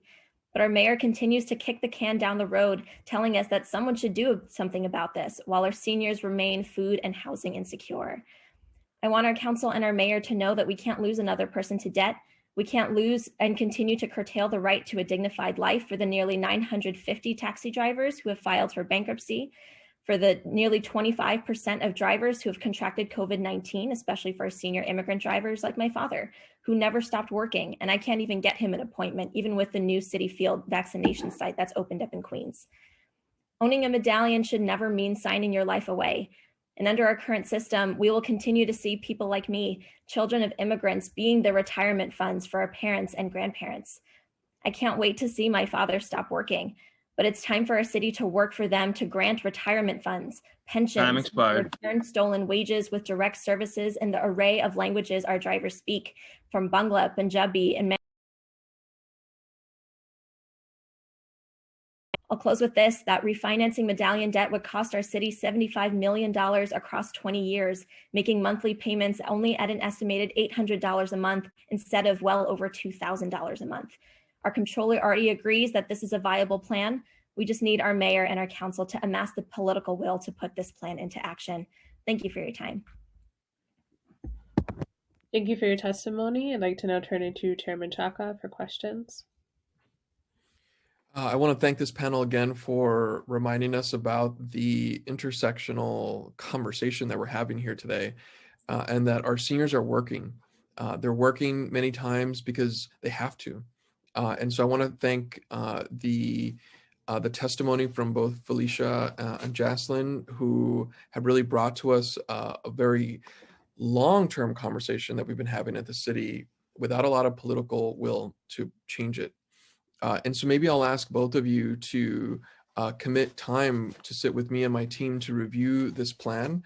I want to get to know the inners and outer components of this plan, and you have my commitment to sit down and learn about what's happening exactly, not just to your families, but to the many elder immigrant workers who cannot retire at this point and who are in bankruptcy. I know that the council has a lot of role to play in this, and so I want to be a champion within the city council and that this is going to be a budget conversation, which means that we have to start thinking about that now. And so we're going to need that support. We're going to need that pressure. Both Councilmember Chin and I are on the budget negotiation teams, which means that we need to get that going and learn about what's happening so that we can actually be the best advocates we can be. And so maybe that's my question to both of you. Will you commit to sitting down with my team at the council to get a better sense of it so that I can be an advocate for you? Okay. Wonderful. And I think with Pia's piece, I want to just say that the vaccination conversation is going to be really important, and there are a few vaccination public hearings on its way. But the language component is where I want to stay focused and ensuring that I can support the rest of the council members on ensuring that language access is no longer a barrier. And I've heard some really great comments from a lot of you about Moya's commitment to the language piece. And so this is just good to hear. We need to hear that in these public hearings, that it's working. And how do we just bring more support to ensure that there's no barrier when it comes to language to the vaccination sites, and bringing a vaccination site to your space as well, working with your council member. And I don't know if it's Councilmember Chin or Rivera exactly where that falls, but I want to be supportive as the chair of the Immigration Committee. That's it for me. Thanks, Rabani. Thank you, Chair. I'd like to turn it to Chair Chin for any questions. No, I just want to make a comment and thank you to all the people who testified in this panel. And, you know, for the senior center, I know Pia and you guys work so hard serving our seniors. And when it comes to language access, it's not enough. The city's not doing enough. They're not compliant with the local law 30, because most of the time when information gets out, it's only in English. And then we have to say, hey, what's the Spanish? What's the Chinese? What's the other languages? So I think that's something that we need to work with Moya to really strongly advocate on. And I also wanted to thank the Taxi Worker Alliance. We've been working with you all these years to try to find a way to help the taxi workers that are suffering right now. And I know that the chair of the Transportation Committee, Councilmember Ydanis, is also, you know, a strong supporter in this. So let's get together and see how we can make this happen to really finally bring some relief, because there's been so much tragedy that has happened. And I think we need to work together to bring some solution to this. So I really wanted to thank all the advocacy on this front. Thank you. Thank you, Chair. I'd like to ask if there are any other council member questions at this time. Seeing no other hands, I'd like to thank this panel for their testimony, and we're going to be moving on to our next panel. In order, I'll be calling Binta Torre, followed by Richard Chow, followed by Jana Stroh, followed by Jean Renee B. Tanis, followed by William Ritziu, followed by Parvi Desai. Binta Torre, you may begin when you are ready. Time starts now. Thank you for the opportunity to testify on the older adult immigration population. My name is Binta Torre and I'm an intern at Live On New York. I'm excited to testify at this hearing because my parents are immigrants, and as they're aging, I see the issues older adults in the immigrant population are facing. Live On New York's members include more than 100 community-based nonprofits that provide core services which allow all New Yorkers to thrive in our communities as we age. Live On New York's members work to improve the lives of all New Yorkers, including immigrants. And we all know that New York's immigrant seniors now comprise the majority of the city's older adult population. In a 2010 study, 8% of US-born elderly live below the poverty line, whereas 16% of foreign-born elderly live below the poverty line. It has been found that immigrants comprise 65% of all seniors living in poverty. When it comes to gathering immigrant seniors, appropriateness of spaces with regard to culture must also be taken into account. For example, there are instances where Muslim women from traditional families lose their husbands and tend to become more isolated, which is likely due to difficulty finding spaces where it's gender segregated and a place where they can take off their hijab. These challenges, language barriers, financial barriers, and lack of culturally appropriate spaces are important to keep in mind as each can exacerbate the risk of isolation. Isolation must be taken seriously even prior to COVID-19 because it's a greater predictor of morbidity. Senior services funded through the Department for the Aging play an important role in combating isolation among older immigrants, and insurance services provided, including meals, are offered in a way that is inclusive and culturally competent. Beyond partnering and emergency response, the city must also look to reaffirm its commitment to nonprofit senior service in the budget. Today, the DFTA budget still accounts for less than 1% of the total city budget, despite a call to provide services to a rapidly increasing and more diverse older adult population. To fully fund this system and thereby improve the ability for providers to serve older immigrants, the following must be prioritized. First, the city must fully fund home delivery meal programs at the national average to ensure programs can continue to provide culturally competent, nutritious meals to homebound seniors across the city. Two, the city must allocate the promised $10 million funding in senior center staff and $5 million funding for senior center kitchen staff. And three, we call for the indirect cost rate to be fully funded. Thank you for the opportunity to testify. Thank you for your testimony. I'd like to now welcome Richard Chow to testify. You may begin when you are ready. Time starts now.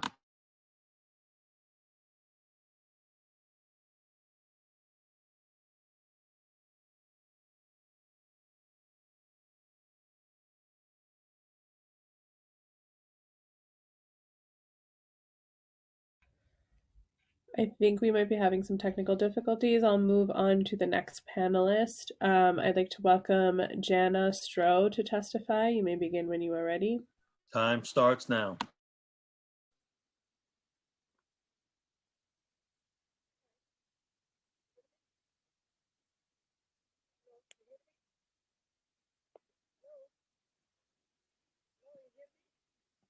Your audio is a little muffled. If you could speak a little louder.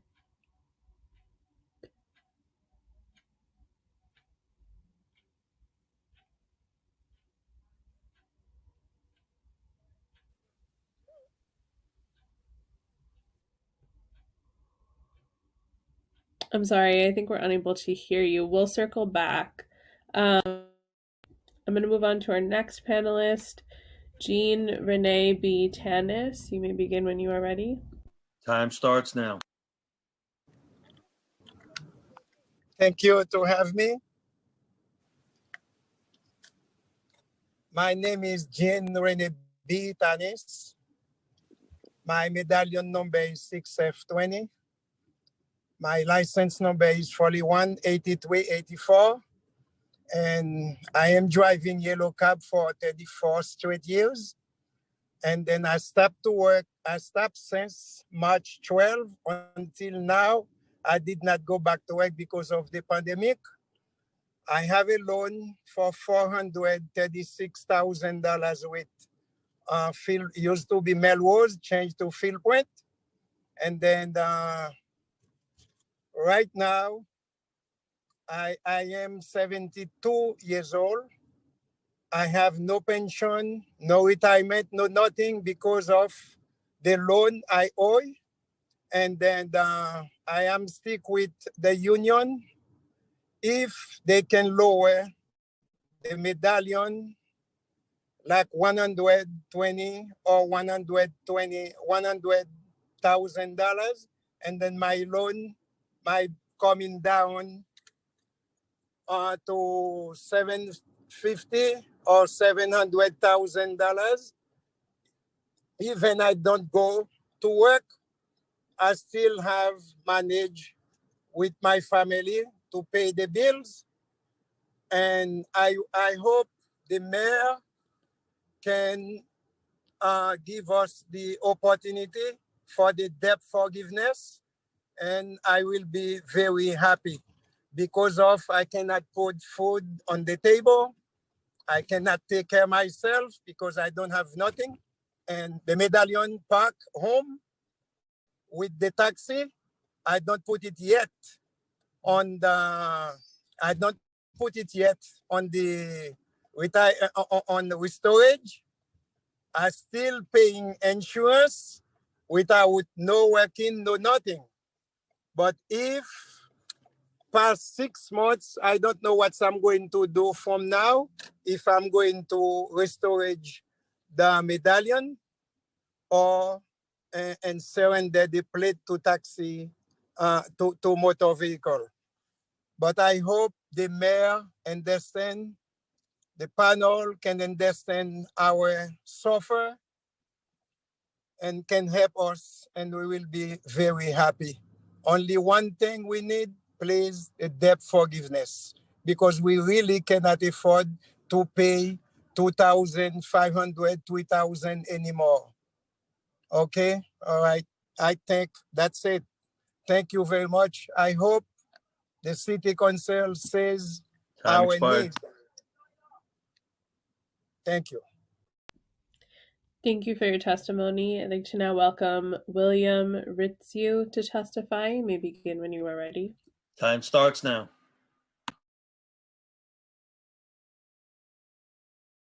I see that, okay, good afternoon, Chair Chin and all the present panel. My name is William Ritziu. I am 73-year-old. I have no pension. I based on Social Security. I came here a long time ago in '84. I'm living in Astoria, Queens, and I'm a proud member of the Taxi Worker Alliance. When I came here, originally I was to put food on the table, me and my family. I had to work on the taxi, while later on in the evening, and then switching the shifts, I was going to the graduate center, and this is how I am now a PhD, arriving in statistics and even teaching statistics to the CUNY, John Jay College, and so on. But my concern right now is different. I am retired. I have cancer, and the cancer was a surgery 2 years ago. I hope that I will go well. But the problem is that I have a debt with $500 because I didn't give up to the medallion. I said to invest in this medallion. I was driving all the time, and it's very impossible to be paid. When I bought the medallion in 2006, the city took the money and took the money for every medallion, and we have to pay back the money to the credit union and so on. The city took the money, which we pay very hard. A lot of us are not here because they committed suicide because the house and everything was going to be taken and were taken by the banks and Federal Credit Union. I am in the same situation. We need a debt forgiveness. $125,000, it's a fair way. And the city has to help. After they took all the money, they have to help with nothing. 75 million in 20 years is nothing. They just have to do a move. The mayor said he is going to help. Now is the time to show that. He got the money from the government, from the federal, from every. Now is the moment. I have no pension. I need a pension. I have help from some other friends, but you cannot stay on your friends. You have to be by yourself. What is this? I really need your help for the debt forgiveness, especially I'm talking about. And I like to mention that I know very well the senior association in Roosevelt Island when I used to live. Time expired. I was teaching, I was teaching senior citizen in the internet, in the email. So now there you have a group of senior citizens who maybe know to go to the internet thanks to me. I wish to thank you very much for your time and thank you. Bye-bye. Thank you for your testimony. I'd like to now welcome Bhairavi Desai to testify. You may begin when you are ready. Time starts now. Good afternoon. I'm Bhairavi Desai. I'm the Executive Director of the New York Taxi Workers Alliance. It's our proposal that our members are testifying about today. The reason that we're at this joint hearing is because close to 30% of the drivers who filled out our form for debt forgiveness are over the age of 62. The debt forgiveness the yellow cab owner drivers are fighting for is an immigrant senior issue. 93% of them have an active loan. On average, they're paying close to $3,000 a month. Over 64% of them are driving alone. Meanwhile, close to 30% of them either have had COVID and were in the hospital or have been living with a family member or a roommate with COVID. The story of the debt forgiveness of this industry is a tragic tale of utter corruption. While the owner drivers have a financial bankruptcy, the city has a moral bankruptcy that it needs to answer to. Our proposal is simple. Bring down all the debts to $125,000, refinance at no more than $757 a month. The city can backstop all of those loans. The city will only have a cost to pay if that loan is delinquent and nobody buys the medallion when it's resold at a higher rate than the balance of that loan at that time. The comptroller has reviewed our proposal, so has the attorney general. It is financially sound. We're so heartened to hear that, Councilman Menchaca say that both council members, Menchaca and Chin, are on the budget negotiations committee. The mayor has said that if the money comes in through the stimulus, he's willing to address this issue. We cannot wait. There are already so many bankruptcies and foreclosures. Our senior members have lost their retirement. They've been working under sheer poverty. At this point, what you can do is free them from a life imprisonment of debt. It is simple for a city of $90 billion a year budget, even with a $5 billion deficit, which we know is going to be addressed with the stimulus funds. Our proposal is only $75 million over 20 years for a workforce that has collected almost $2 billion in taxes and fees to the city of New York and to the MTA. This city owes gratitude to the men and women who have served close to 500,000 people every single day. We can get this done. Council members. Time expired. Delay is going to lead to utter devastation. Please push for the plan right now. Thank you for your testimony. I'd like to now circle back to see if we can get the two individuals who were unable to on the panel before. Richard Chow, you may begin when you are ready. Time starts now.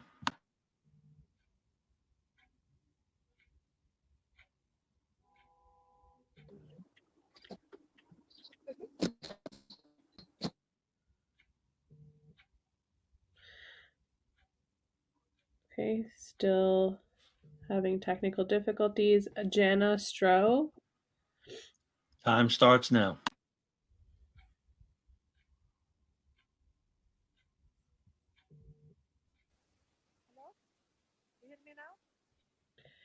Yes, we can hear you. Can you speak louder? Yeah, I'm trying to. Yeah, I'm trying to. I'm just okay. All right, I'm gonna adjust myself.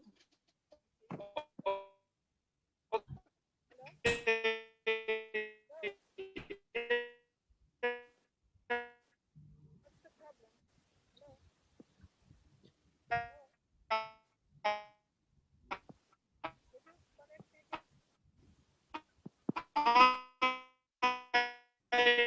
I'm sorry. Unfortunately, we're having difficulty hearing you. Your audio doesn't seem to be coming through.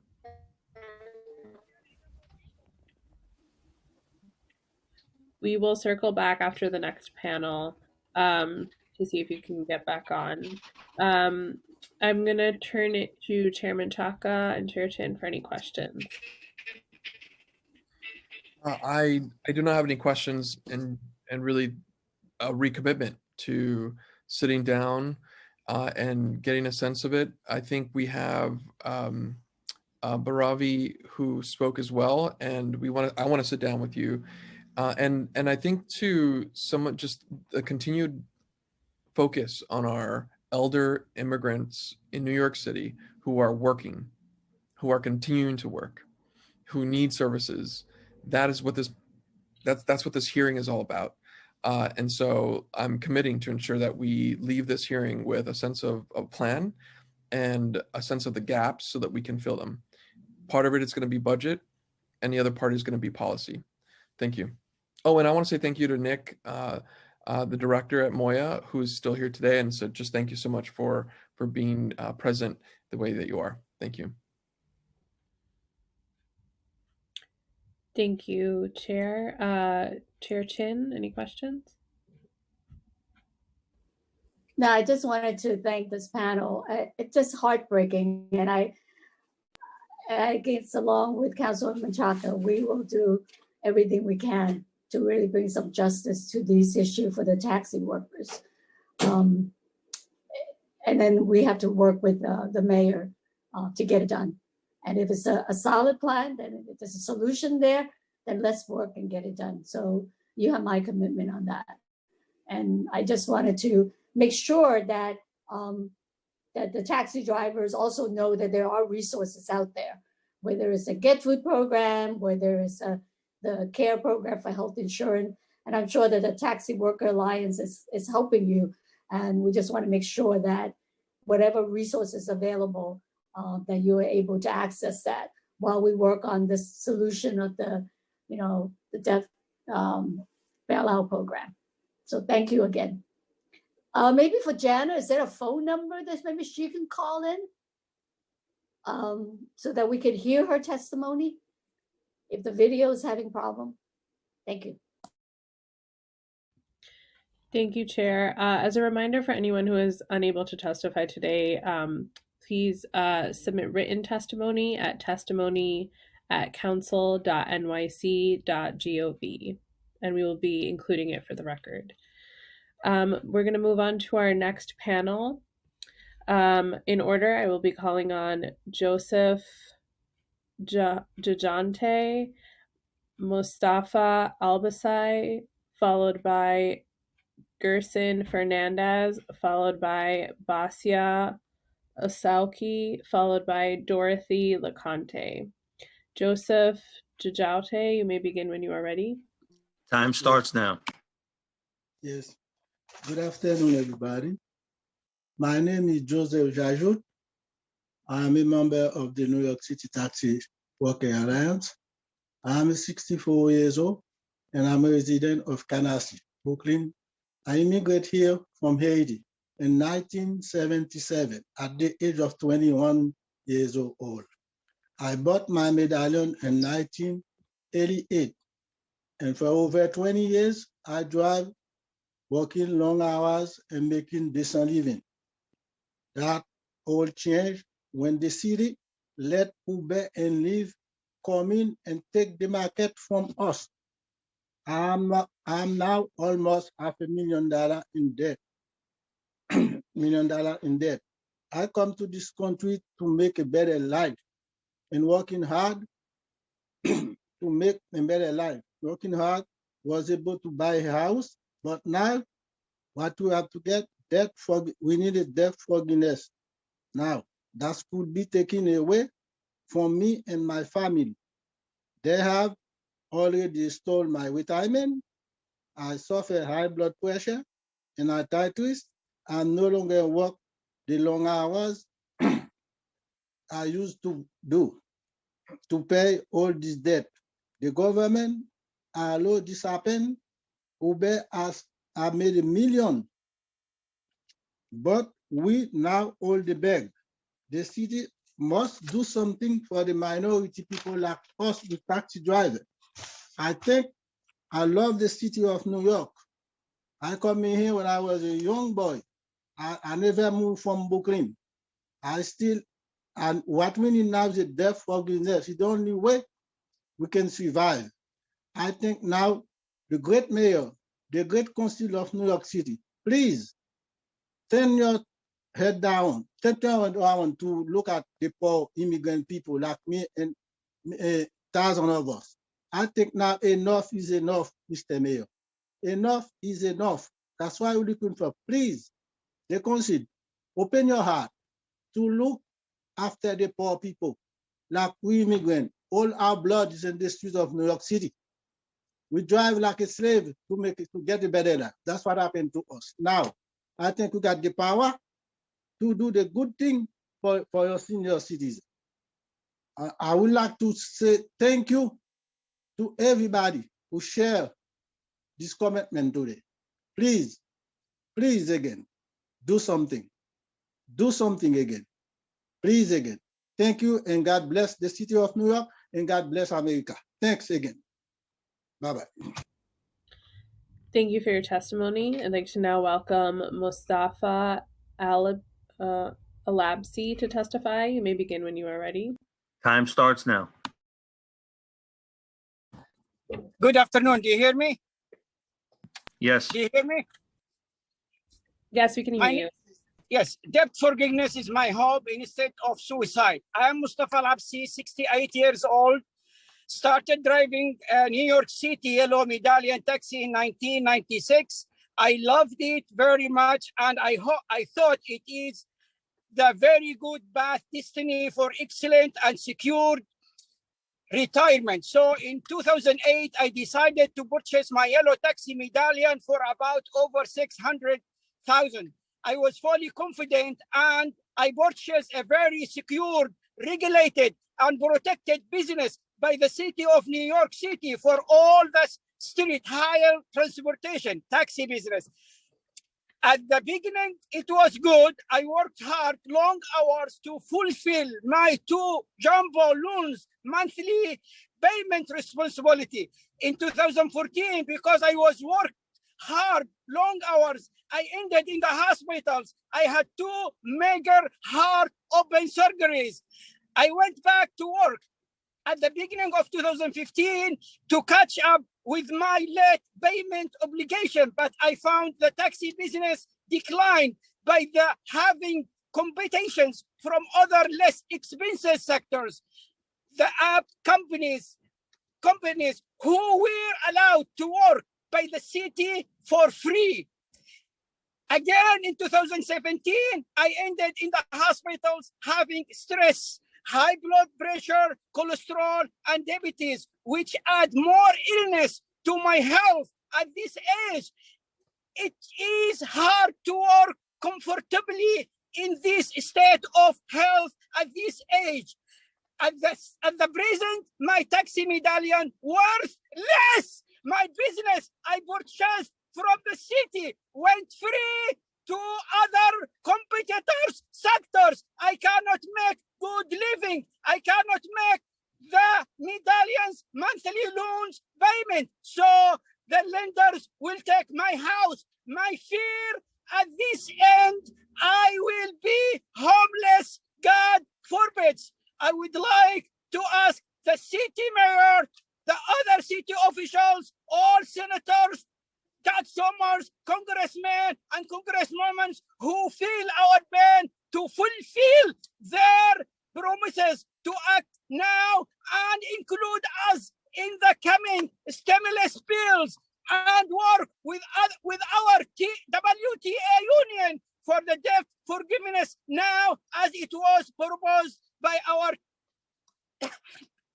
TWA 125,000 and cap the monthly payment at the length and make the length longer for the loan because the yellow medallion Time expired. is not going to be as it was because of the COVID-19 is not ever yet, and the business is not going to be as it was ever. Thank you very much, and take our suggestion and work with our union. Thank you, everybody, and bye-bye. Thank you for your testimony. I'd like to now welcome Gerson Fernandez to testify. You may begin when you are ready. Time starts now.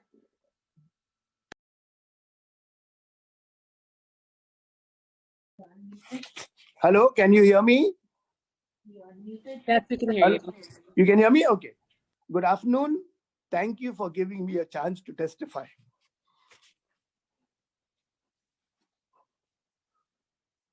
My name is Jerson Fernandez.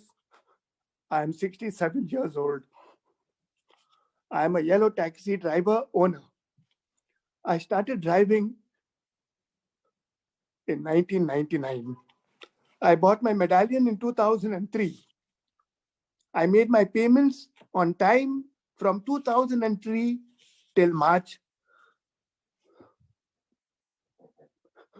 2020. In those days, the taxi industry was a good job. When you could make a decent living and you could take care of your bills and family. We were about 13,500 yellow cabs, and we could make money with the customers we had. Later in 2014 or 15, the city allowed Uber, Lyft, Via, and the app companies to infiltrate the taxi market. In course of time, the black cars, Uber, Lyft, Via, etc., total 100,000 cars. The taxi industry is completely disrupted. We yellow taxi owner drivers find it difficult to pay our bills. Mortgage on the taxi medallion, taxi insurance, credit card, day-to-day expenses, etc., etc. All these bills pile up and no money to earn. Please try to help us out now. Make up for the past mistake of letting in the app companies, Uber, Lyft, Via, etc., who dismantled the taxi industry. There is a solution to this. I belong to the New York Taxi Workers Alliance. Our leader, Ms. Bhairavi Desai, has a very good and practical proposal for the city to follow. This proposal helps the city and the yellow taxi owner drivers.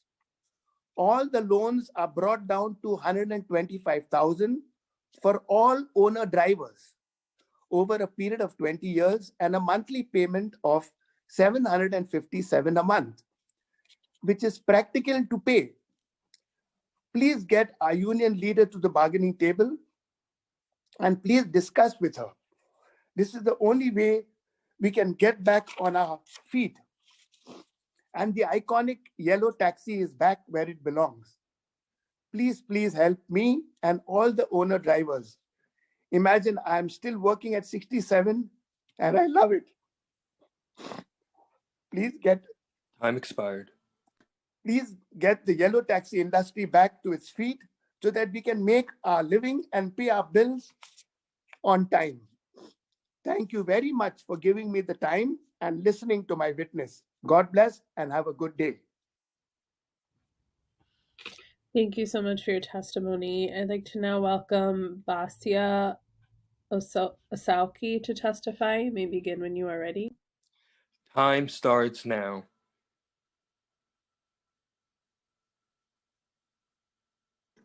Hello? Can you hear me? Yes, we can hear you. You can hear me? Good afternoon. I just would like to emphasize that we are in this predicament today because of the corruption and the top of the government of New York. In 1937, our grandfathers formed that Taxi Alliance to allow the immigrants to build their retirement, their children's future. Unfortunately, we were robbed a few years ago by the city of New York. I am a taxi driver for close to 4 years. I was proud owner till last year of yellow taxi medallion. Unfortunately, I am losing everything.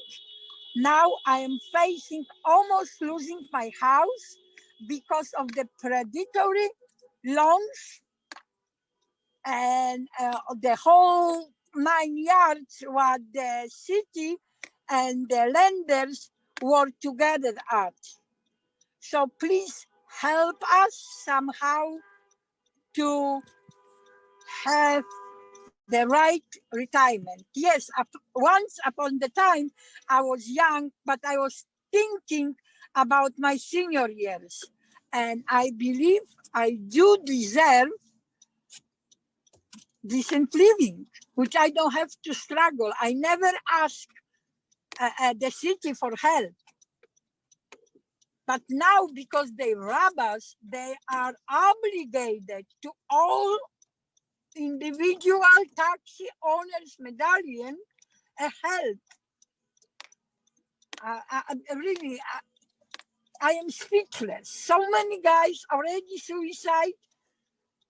You know, day to day, we are thinking who next because we cannot take the pressure. This is totally unfair. So I would like to talk about this subject for a long time, but I know the time is limited. So I will just emphasize again, make people responsible who make the robbery in the daylight. Thank you very much. Thank you so much for your testimony. I'd like to now welcome Dorothy LeConte to testify. You may begin when you are ready. Time starts now. Hello. Hello. We can hear you. Go ahead. Yes, good afternoon. My name is Dorothy LeConte, and I've been a taxi driver for 34 years.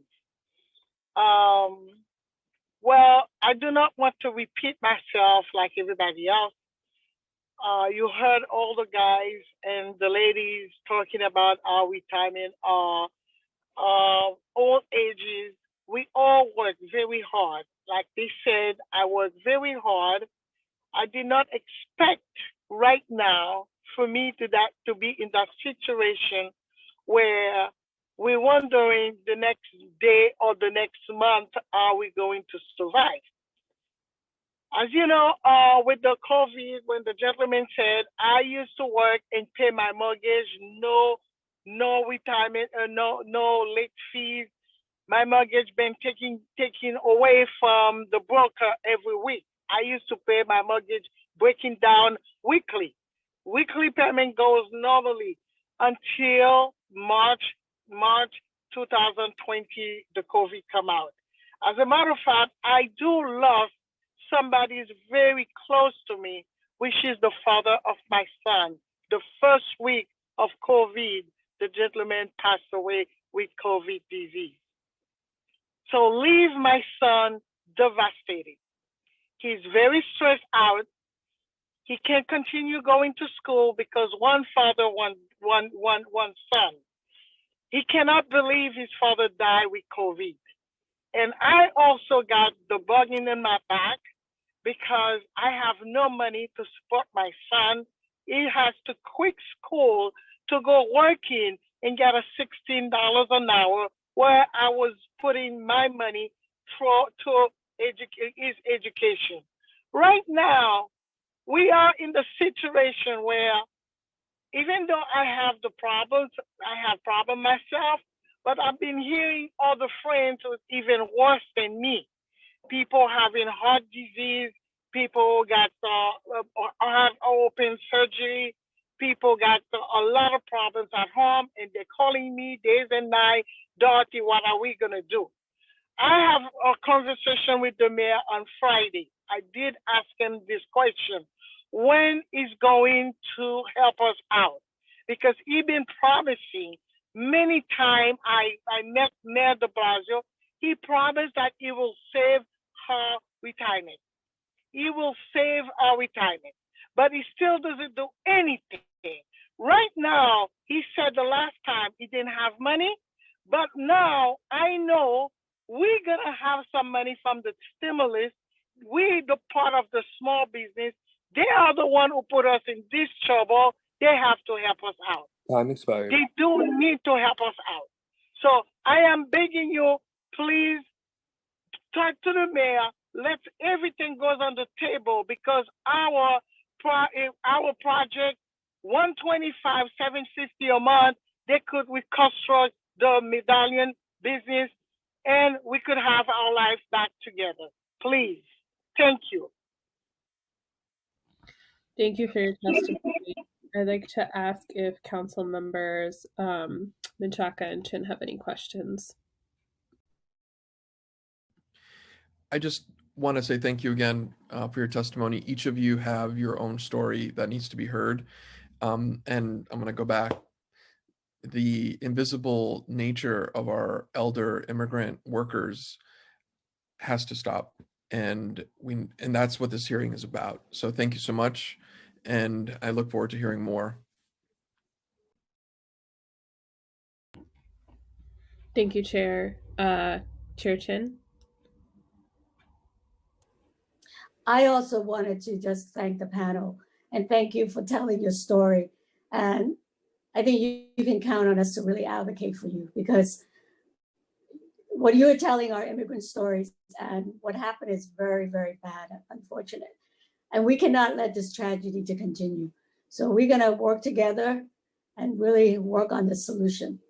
So hang in there, okay? And continue your advocacy.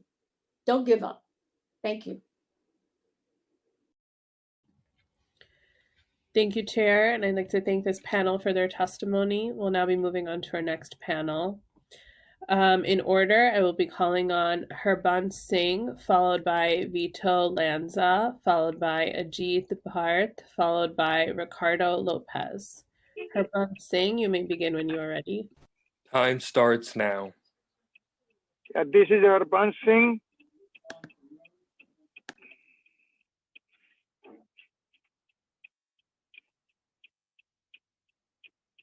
Hello. Hi, we can hear you. You can go ahead. Yeah. This is Harbans Singh. Good afternoon, everybody. I bought my medallion in 1987, and it's like a 33 year, and I'm a taxi driver all the time.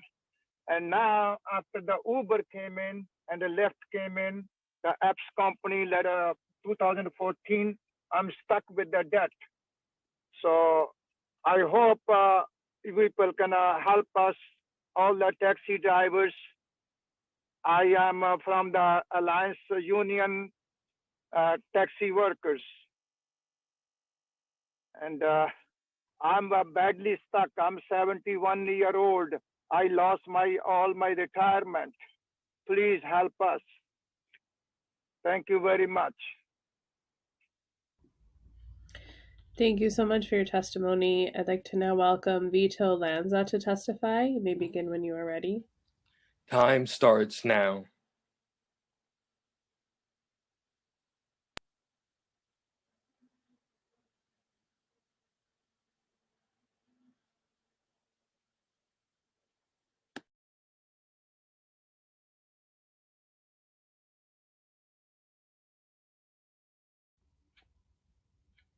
I believe we're having technical difficulties, so I'll move on to our next panelist and we'll circle back. I'd like to now welcome Ajit Bharat to testify. You may begin when you are ready. Okay. Time starts now. Hello. Hello. Hi, we can Can hear you hear me? Yes. Hello. Yeah, this is Ajit Bharat. I'm like 67-year-old and looking for the retirement benefits. This age is not for the work, This is for the rest at the home. We give a lot of money every month to the city as it MTA tax, improvement surcharge, congestion price. But now I'm out of pocket. It's very hard to put the food on the table for 2 times every day. So please, everyone need the help. When the lenders make the phone call, we can't reply them. It's very hard, impossible to do it. Rest of my son can talk with you. Hey, I'm just representing my dad.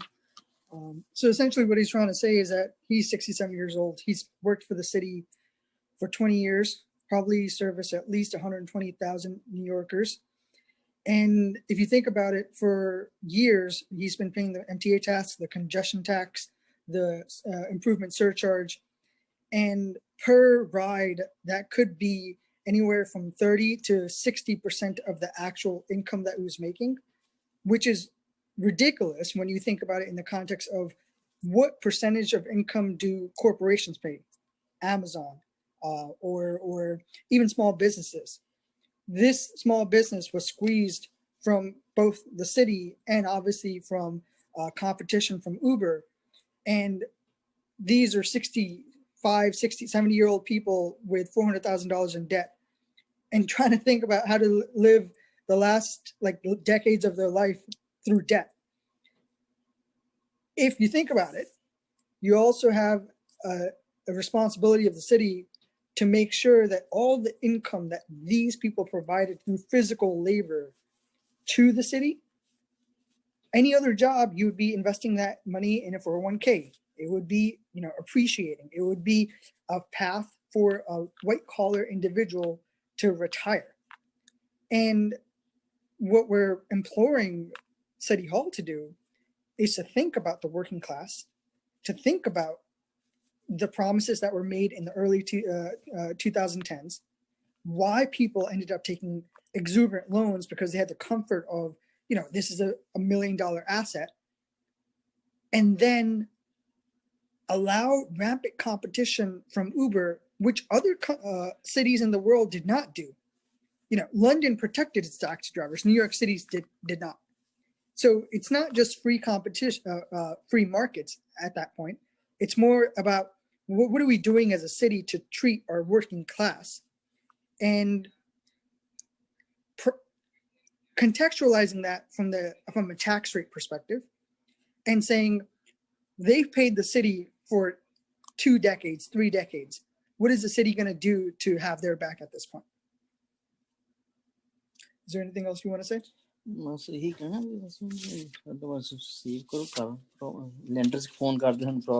Yeah, and as you can see, he was a bit emotional because one of the unspoken aspects of this entire situation is the anxiety it induces for anyone that's been consistently working 10 hours a day for decades and still not have the financial security to retire comfortably, and having lenders threaten bankruptcy and thinking about what does that mean for their financial future if they have to declare bankruptcy. So again, there's been all of that is the underlying foundation for why there are so many taxi driver suicides over the past couple of years. And this is a financial obligation I think the city has towards its working class, to mental health obligation that the city has towards its working class. So that's all essentially we have to say. Thank you for your time. And I really hope that the city of New York, who prides itself in being a working class city and being represented by a multicultural community where 70% of New Yorkers are non-white, we actually put our money where our mouth is and actually help people with diverse backgrounds, as opposed to just the corporations that I work for, I benefit from. But to see my father struggling in his old age, I cannot imagine the outrage I would have at the city if the city treated me like that. And there's not a level of entitlement that the older generation has, that the younger generation definitely has. And that does not mean that we would exploit the older generation. It should mean that we actually step up to the plate and help them in their time of need. So thank you for that. Appreciate it. You guys can take the mic back. Thank you so much for your testimony. I'd like to now welcome Ricardo Lopez to testify. You may begin when you are ready. Time starts now. Oh, hi, I'm Ricardo Lopez. I'm 69 years old. I came from Colombia with my wife. I got married in 1973. Excuse me. And I thank every one of you for listening to all of us, okay? Thank you for listening to all of us. We really appreciate it. I went to law school in Colombia. I came here, but not thinking that I was going to stay. I liked it so much, and I stayed here. So I bought my taxi in 1980, and I've been driving 41 years so far. I went through colon cancer also, and it's amazing how the economy is going with all of us. We are literally going out of bankruptcy. I'm probably next in the line to commit suicide, and it might be in front of de Blasio's office. I don't know. I have no idea yet, because the thing is that it's so hard to make money these days that everything is closed. All the hotels are gone. Most of the major hotels are gone. Most of the businesses in New York City are also closed. Restaurants, everything. Nobody's taking yellow cabs anymore. I worked, even though I'm still working, because I want to keep on supporting my family, paying everything at home. And all I'm making $120 a day, $120. I don't know where we're gonna go with this without the what do you call the help from de Blasio and every one of these official people that are out there. We are right now heading and closing the Brooklyn Bridge. I have no idea what is closed, I believe. And I'm trying to tell you that please help us to get this debt forgiveness, please, to come down to 125. I owe almost $500,000. I don't know how I'm going to be paying these people the monies that I owe. Anyways, I really appreciate us. Help us, please help us, because I don't know where else to go. I have no idea. I've been working 41 years. I went through cancer, and my leg is gone already, my left leg, because I've been sitting 41 years in my cab. My back is all crooked because of it too. I used to sit 85 hours a week. Now I'm sitting only 75 hours a week. So I don't know what else to do. I want you to please help us, otherwise we're gonna go out of business soon. Thank you. Thank you very much to all of you. Appreciate it. Thank you for your testimony. I'm going to turn it back to Vito Lanza to see if we're able to get him back on.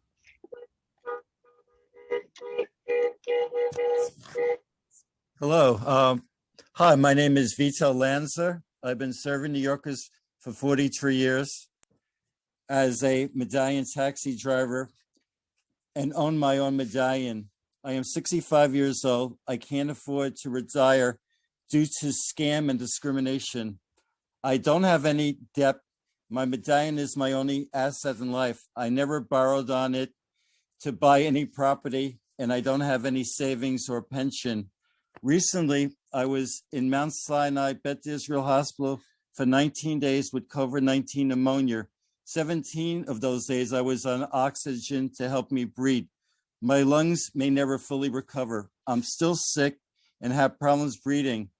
It would be inhumane for me to work 12 hours a day, 60 hours or more a week at my age and condition to make a living driving a taxi. The TLC was auctioning medallions for over $1 million. Then the TLC allowed 100,000 app services to come in for free and destroy the value of the medallion, which they were selling for over $1 million. They gave basically these app services $100 billion for nothing, and I'm sure there was a lot of bribery and corruption involved. I don't own a house. Why am I supposed to suffer by everyone wanting to destroy the value of the medallion, which the TLC was selling for $1 million? The value of the medallion was my retirement. When they destroyed the value of the medallion, I don't have anything else. A lot of drivers, they buy houses for $500,000 And if, you know, and if they wanted to pay off their debt, they could just sell their houses. I don't have a house. I don't have anything. I just have the value of the medallion, which the TLC wasn't saying was overinflated when they were selling it for 100,000. Uber wasn't saying was overinflated. When they came in, there was a sign on Van Dam Street guaranteeing drivers $10,000 a month, that Uber gets $3,500 a month by getting 35%. That's $13,500 guaranteed. Does that sound like an overinflated price? I have a broker friend, Neil Greenbaum. He was able to rent taxis per shift, $750 a week. That's $6,000 a month. Look at the money it was generating. When somebody would get out of a taxi, somebody was waiting to get in. Basically, the city, Uber, and these officials created this conspiracy scam to rob me of a medallion that they were selling for over $1 million. And I want compensation for it, because I don't want to be punished that I paid off my medallion and everyone wants to make it worthless now. And work 2 jobs. 5 years you pay off. And yeah. 5 years you pay off. And anyway, thank you. What mistake? And anyway, senior citizens like me shouldn't Time have. expired. Okay. Thank you for your testimony. I'm going to now turn it to the chairs for questions. Chairman Chaka. Thank you, Arbani. Yet again, I want to say thank you to everyone who testified today. And el mensaje para Ricardo López, si me puedes escuchar, muchas gracias por tus palabras. Tienes el apoyo de nosotros como cabeza del comité de inmigración, y queremos hablar con ustedes y que siguen con la lucha. Tienen nuestra esperanza de que podemos llegar y lograr algo muy justo. Ok, so muchas gracias, y si se puede conectar con nosotros, porque les queremos ayudar también con lo que necesitan en este momento. Muchas gracias.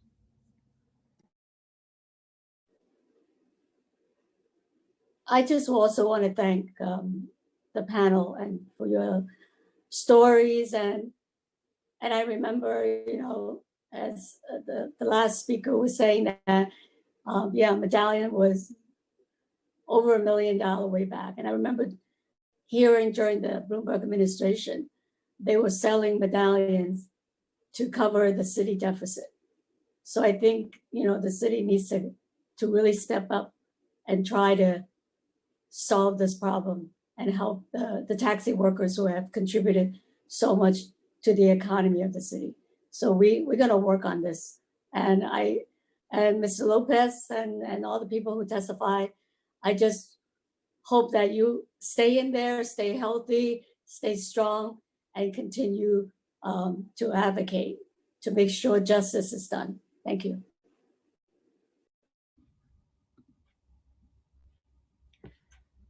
Thank you, Councilmember Chin. I'm going to now just ask, this concludes our panels for today. I just want to ask if we inadvertently missed anyone that has registered to testify today and is yet to be called. Please use the Zoom raise hand function now, and you will be called on in the order that your hand has been raised.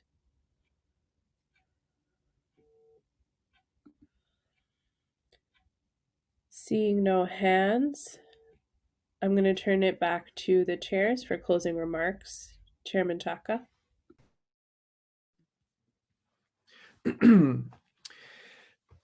Today was not an easy hearing. We heard about a community, our aging elder immigrant population, and every testimony was connected to an incredible experience that our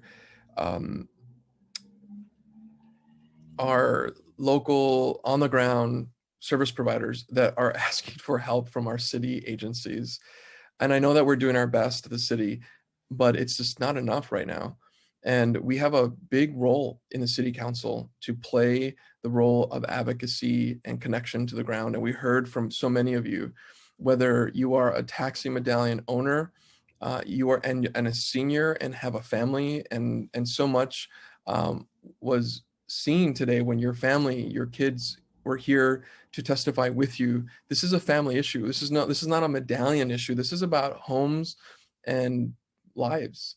And so if this city government cannot wield its own power to support an immigrant that is an indigenous speaking immigrant who's in a line in Mixteca, or a medallion worker who is an elder, then I don't know what. And that's what we have to do. And we have the power to do that. And so I stand with our chair, Chin, and the work and the roles that we have in the city council to ensure that we shift our focus, to ensure that those that have felt invisible no longer feel invisible, and that they get what they have earned. This is what the city has been about, our immigrants. And as they age in the city, it is them who we need to take care of, our elders. That's how I was brought up. And I think that is something that is well understood and known in our city. We just have to summon that power and courage to make that happen. And so the last thing I want to say is thank you to Moya. I see Nick here. Thank you so much for being here. This is what government is. We have to sit and listen. That is the first step to making policy that is of the people. And so I want to say thank you to you and your team for being here. And we need to follow up on that data. If we cannot measure the things that we want to impact, we're not going to ever impact it. And I'm so thankful that the Commissioner Cortez Vasquez really heard that. And we want to follow up to ensure that not just the vaccinations that are immediate to people's minds, but that everything as we come out of COVID has a special understanding of our elders, our immigrant elders, our New Yorkers. Thank you, Chair Chin. It's always a pleasure to do this work with you. Thank you, Chairman Chaka. We have a lot of work to do. New York City is an immigrant city. And, you know, a lot of us came here looking for the American dream. And for a lot of the older immigrants, that's how they started. They want a better life for their children. And for a lot of the younger generation, we have benefited from our parents' hard work. And now that they are, you know, in the age that they should be enjoying themselves and be, you know, in retirement, and you hear stories of people suffering and stressing out because, you know, they have all these worries and they're not getting the services and support that they need. And that's why we have to continue to make sure that they are taken care of, that our elders are taken care of. And that's a tradition that we grew up with. And so we will work very hard to make sure that you get the support. And I want to thank all of you who testified today. Share your story, and we're just going to have to work together and work hard to make sure that justice is done, and that that our immigrant elders are being heard, and that you're not invisible. So I also want to thank all the staff who helped put together the hearing, and all the sergeants who help us run these virtual remote hearings. And we'll continue to work together. Thank you.